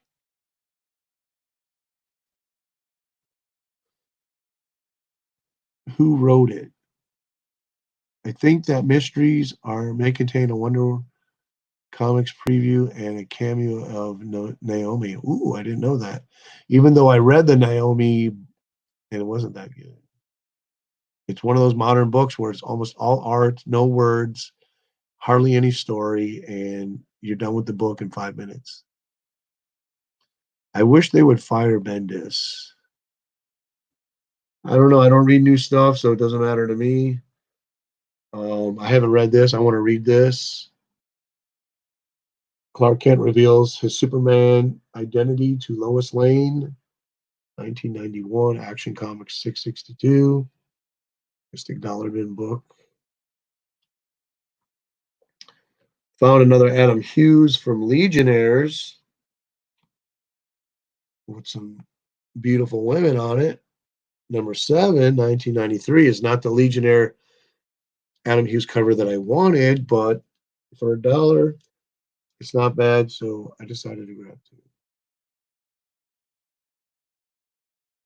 And one of these will probably go in a prize box. There it is. I think I should. Oh, I didn't show the Bolin stuff yet. I better save that one for a video. Oh man, Clark took his glasses off and blew his cover. Adventures of Super Sons issue, so much fun. I got number 1 of volume 1 and volume 2, and the first Super Sons in is it Action Comics or Adventure Comics? I don't remember. Maybe I think it's World's Finest, the ones back in the 70s. How did she ever notice? Don't forget his split curl, Disney. Pointless comic though. How did she ever notice? It's probably cheesy, but it's probably fun. I mean, nowadays you can't even get fun or cheesy out of DC, except Batman. I was reading the Batman, and that Tinian guy is killing it on the Batman series. Captain Marvel had the best secret identity. 13-year-old kid changes into buff god. I know. How come that didn't happen for Mary Marvel? It happened for Captain Marvel Jr. Did Mary Marvel? I don't remember. Maybe she did. You know how he buys comics for girls on the covers? Well, he got one of Matter Eater, Lad Last. It's funny he got this. Reminds me of Once Bitten when the guy meets the trans at the bar. Okay. Um, you lost me on that one, but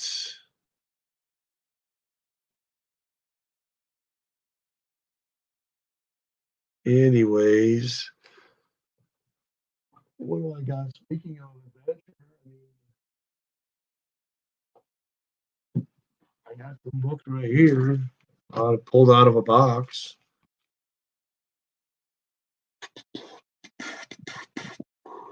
That's number 343. Bad luck made Starboy lose his Legion membership. Whammy of the future destroyed one of Triplicate Girl's three bodies. Is that where her third body dies in here? Hodo cost Lightning Lad his right arm. Jinx made Bouncing Boy lose his power.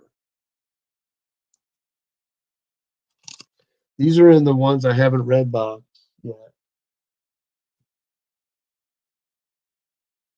Origin of Black Widow, George Perez, Adventure into Fear, The Man Thing. Okay, so you know how okay, so the cover has a woman that looked like surprised. The woman on the cover is really Matter Eater Lad. He is surprised because he is looking in the mirror and sees a girl. Ranger's Lie says, nice, long live the Legion. Red Wolf. Arr, number one. People are specking on this character saying that Disney might put out a show. I highly doubt it. Just too PC of a character because you know how people get so easily offended today. I think that's a character that they would take offense at for whatever reason they could figure out. Gil Kane, the master Gil Kane, Spotlight 18. People look at this book, parents, and go, my son's not reading that. That's a devil worshiping comic book. And I have to explain to my parents, he actually hates his father. And they're like, yeah, right. You're not reading it. It says Satan. You're not reading it. Oh, this has reprints of the Golden Age Captain America. You can see Joe Simon's Ringmaster right there. Me and Simon were Simon was talking about him in the video. Good series, cheap to pick up. Um, I don't know what this book goes for nowadays. I picked this one up years ago. The First Black Suit. And people are going to say, no, it's not. The More Son of Satan. Night of the Ice Demon. Avengers. Star Fox. Whatever happened to Star Fox? He's a cosmic character. He should be in the Marvel movies. He's renamed Star Fox in this issue and joins the Avengers. Number 232. My mom wouldn't let me have the Kiss dolls because she said they were knights in Satan's service. Ranger Slice says, then again, Disney went for the Guardians of the Galaxy, which are not the most popular or bestseller. That's true. There is Doll H cover like that, Scott. A bloke turned into a superheroine. Floating Heads. Sergeant Fury reprint with Hitler on the cover. Number 7. Uh-oh. King Comics, The Mandrake. Okay. Can anyone tell me? Oh, never mind. I'm thinking of Zatara, which is so similar. Nice bronze. Invasion of the 50-foot hero.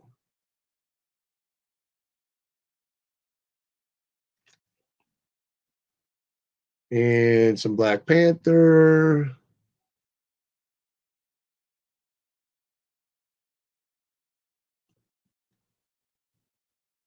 Awesome Mandrake. Star Fox went on to play Nintendo games. I think you should err on the side of caution and send me your son of Satan's Nighttiger. No pointing in taking any chances.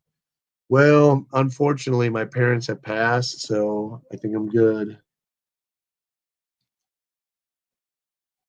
Green Lantern DC Special. Dollar books from the Bronze Age.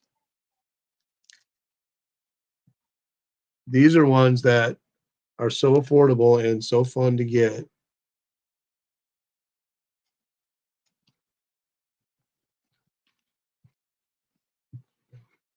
All right, guys, I'm gonna have to get out of here. Before I go, let me go over this list with you. I've collected now furries. I didn't show you at the beginning. I did spend 2 days researching every female character in DC Comics superhero, female superhero in DC Comics from 1939 to right before the Crisis of Infinite Earths of 1985. Out of those, there were two that were significant enough non-superpower heroines to be put on the list, which were Lois Lane and Cinnamon. So I'm going to read these off to you and tell you who I got. And if you care to send me a message of anything I missed, because I'm going to do probably a 3-part video on this. It's going to take me a couple months. So here we go. 1938, Lois Lane. 1940, Catwoman. 1941, Hawk Girl. 1941, Wonder Woman. 1942, Liberty Bell. 1947, Black Canary. Lana Lang wouldn't be on the list because she didn't carry her own series and wasn't significant enough, I think, to be on the list. Thorn and Rose, the first one was 1947. Batwoman was 1956. I thought of Lori Lamas, but she wouldn't fit into this category for two reasons. She didn't have her own series. If she had her own series, then she would have made the list. Saturn Girl. So these are all superhero females, and the non ones have to have either their own series to make it on. Lana was Superboy a lot. Yeah, I know. Okay, so we're at 1958, Saturn Girl. 1959, Lady Blackhawk. 1959, Supergirl. 1959, Kara Grace from the Suicide Squad. 1959, Aqua Girl number 1. 1961, Batgirl Betty Kane. Sheena debuted before Wonder Woman. Sheena. Who's Sheena? Tell me who Sheena is. I know I'm missing the first Huntress from the 1940s. So 1961, Shrinking Violet. 1961, Phantom Girl. 1962, Platinum from the Metal Men. 1963, Aqua Girl 2. Hey, Tacoma Comics, how's it going? Okay, 1963, Mira. 1964, Katama 2 from Green Lantern. 1964, Zatanna. 1965, Wonder Girl. Yeah, I don't think Sheena was DC, though. I think it was Atlas. 1966, Dumb Bunny or Angela O'Day. 1966, Princess Projecta. 1967, Batgirl Barbara Gordon. 1967, Aqua Girl 3. 1968, Crimson Dawn from the Secret Six. In 1968, Lily DeVoe from Secret Six. 1968, Dolphin. 1968, Shadowlass. 1970, Lilith. 1970, The Thorn and Rose 2. 1971, Big Barda. Yeah, there was 3 Aqua Girls.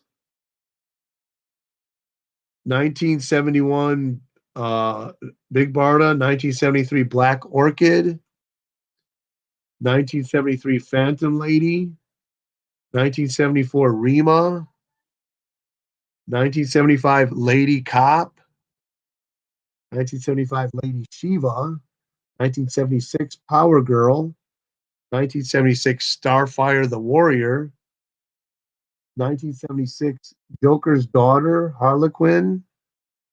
Yep, I said Dolphin. Princess Project, I said. 1977 Dawn Star, which is my favorite female Legion hero, superhero. 1977 Bumblebee. 1977 Negative Woman.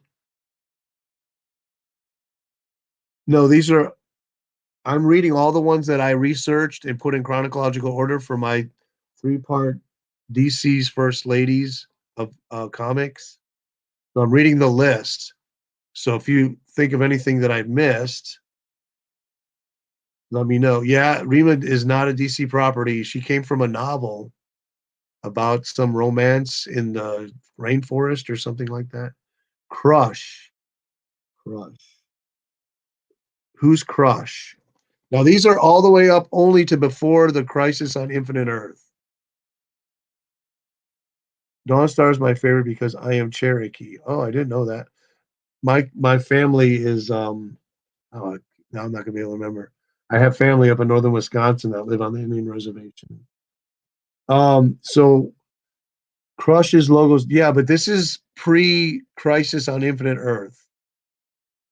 So I had to draw the line somewhere, otherwise this would have took forever. And there was an explosion of print characters after that. Um, how about the girl from Metalman? Yeah, I mentioned Platinum in 1962. And so we're up to 1977. Celsius. Who knows what team she's from? Her and Negative Woman are from the same team. And then we got 1977 Jaina from Super Friends, who was actually created by who did the Super Friends animation? Was it whoever did the animation created Jaina, but it was a DC property. And then we got 1977, the first Huntress. Well, actually, it would be the second Huntress. The first Huntress I have to do research on because she appeared in the 1940s. Then we got 1978 Madame Xanadu, 1980 Starfire from Teen Titans, 1980 Raven, 1981 Victoria Vicky Grant. Does anybody know who that is? From what series?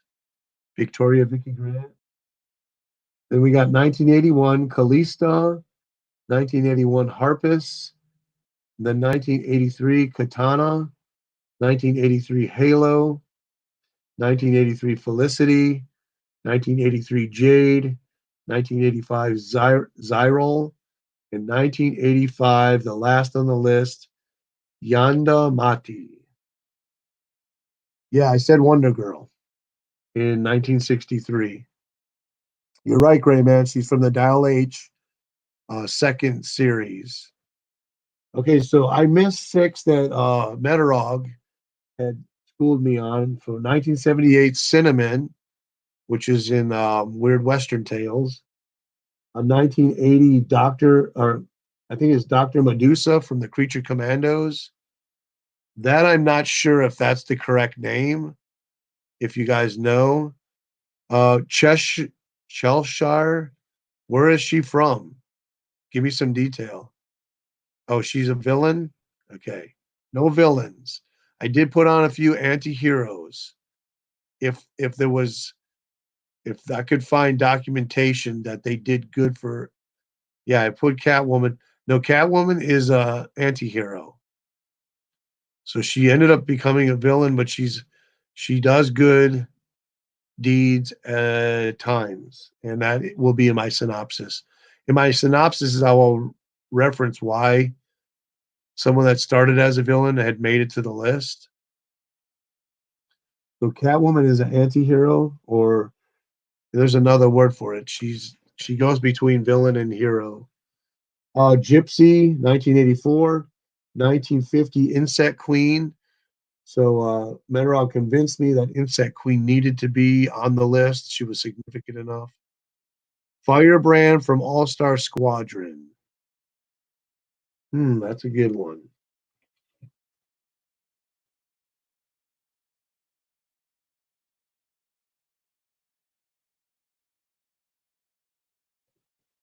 Now I have to research her. Superwoman, I think, was that after the crisis? Superwoman? Yeah, Medusa. Was it Dr. Medusa or just Medusa? Kevin Taylor was Superwoman before or after Crisis? Let me look that one up because I'm thinking it was after Crisis, but I've been known to be wrong. Okay, we got two. Um, no, that's pre-Crisis. Kristen Wells, Superwoman. Very good, very good.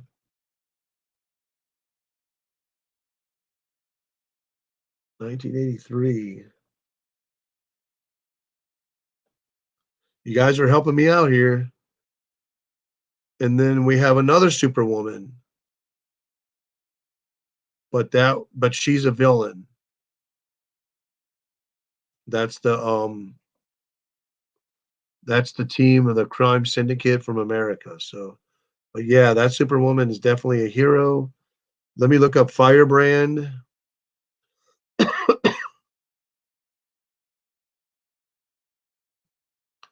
And they got three of them. Um, yep. First appearance in Justice League 193, August 81.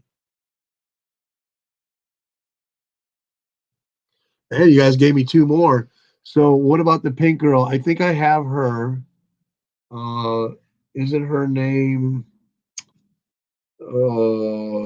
Yamati Tui?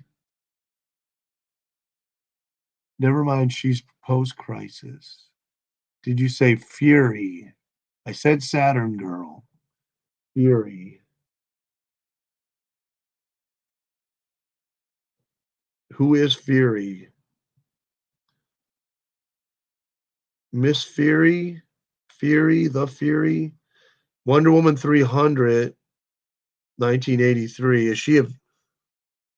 Oh, okay. Yeah. So Fury. Good. Good. That's February 1983. Dang, man. You guys gave me three more already.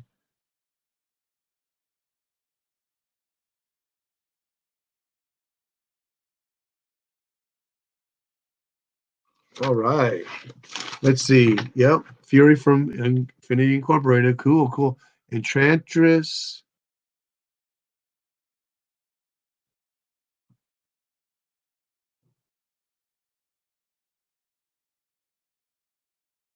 DC Enchantress. Oh, nice.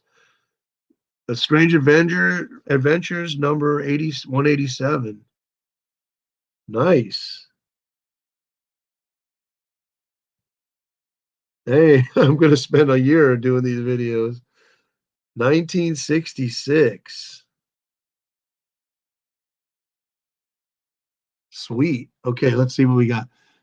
Can you include Nightshade? She was Charlton, but became DC in the Crisis. No, nothing Crisis or Post. Firehawk was Firestorm. Oh yeah, I remember her too. Firehawk. Okay, yeah, I'm gonna get off here in a minute.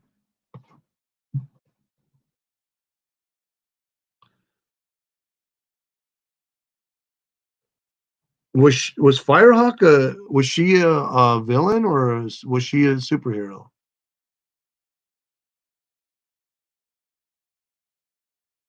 Number 17. I was just thinking Nightshade, but she did join DC after the Crisis.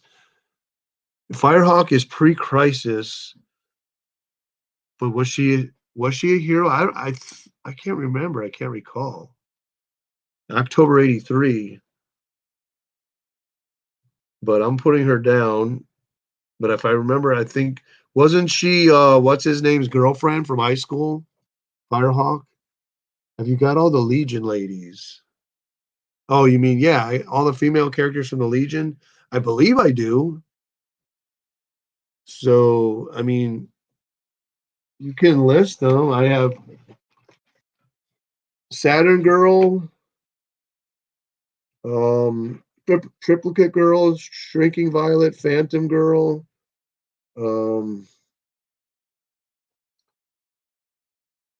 Princess Projecta, Shadow Lass,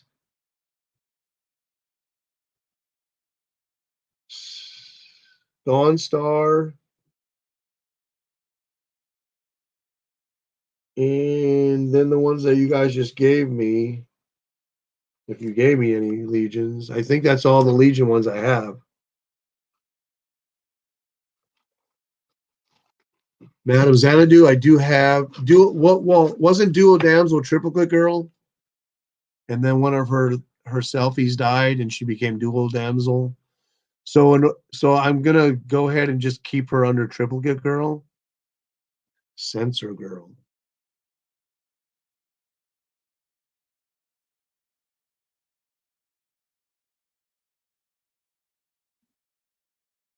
And that's not showing anywhere. Do you have any information on that?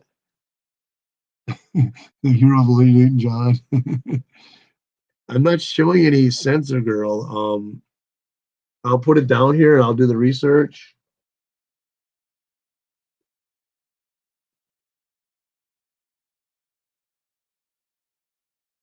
And then, oh, she was Princess Projecta in disguise. Okay. That's probably why I didn't find anything on her. I'm sure I'm going to miss some, and I still will start doing this video increments at a time. So you guys can always pop me some messages. I did get Jaina from Wonder Twins. You can pop me messages on Instagram and give me some names if you think I forgot them off the list.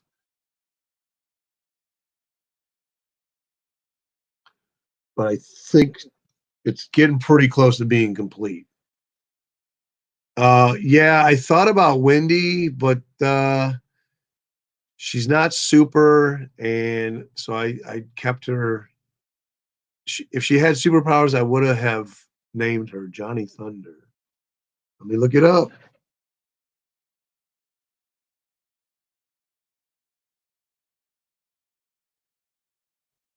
Actually, had a female because I know they got rid of the original Johnny Thunder because Black Canary was a much more interesting character, and she took over his series.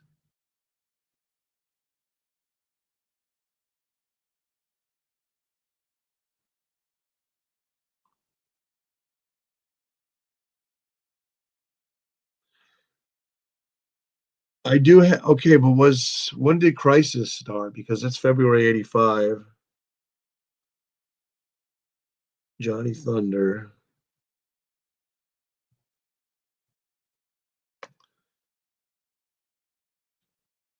So that's gonna be cutting it close on Crisis.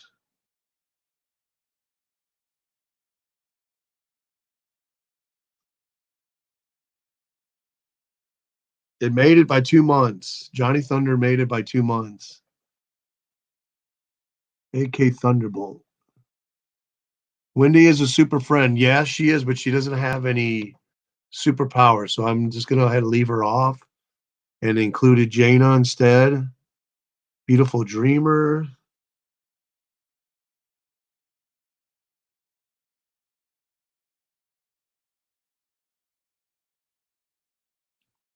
All right, Kevin. Thanks for joining. Be safe. Have fun. Don't eat too much. Some deep dives. You know what? It's true. But the deep dives are going to be the best part of the videos because people are going to go, wow, I would have never thought of that. Or I never heard of that character. And then they're going to be inspired to find the first appearance or the storylines. Wow, I'm almost up to seven. I think right around 70. Yeah, I think You know what? I thought about her, Gray Man, but I think I forgot her. I have to read. Have to look that up. I'm actually may have her.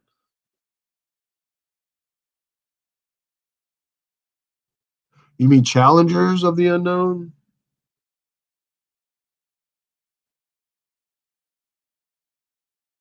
I think she was on my mind, and I forgot to do the research on her.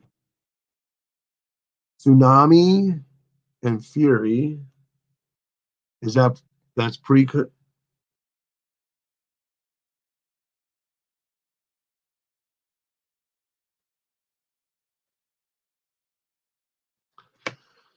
Um, Tsunami. So that's going to be cutting close on the. And then I gotta go. My wife's wanting me to have lunch with her. TSU. Yep. Tsunami's in. That's 1983. And you guys are giving me so much more. I'm almost probably over 70 now. That's the opposite of FUMO. Really love the patience and research you're showing and doing. It's a labor of love. It's a lot of work, but it's fun. And like I say, to see the end product, go into my YouTube and watch my first. Hey, Jumbo. Yeah, I got platinum. Go to my videos and watch the first ladies of Marvel Comics. I didn't quite do the deep dive on that I'm doing on this, but it turned out good. But I've learned so much from that video and from that period till now that these series of videos are going to be really good. I'm going to take my time and really put out a quality product. I did get Raven. Jumbo, I don't think that was a female superhero, Gray. Just kidding. Well, guys, I got to go. The wife's wanting to have lunch. I sure appreciate all of you. Man, I could go on for hours doing this stuff. And it's so fun. But y'all have a great day, and I'll catch you. I'm going to do one of these another live shows as soon as I can. So, guys, like again, take care. Thanks for the support. Night Tiger out. Peace, brothers and sisters.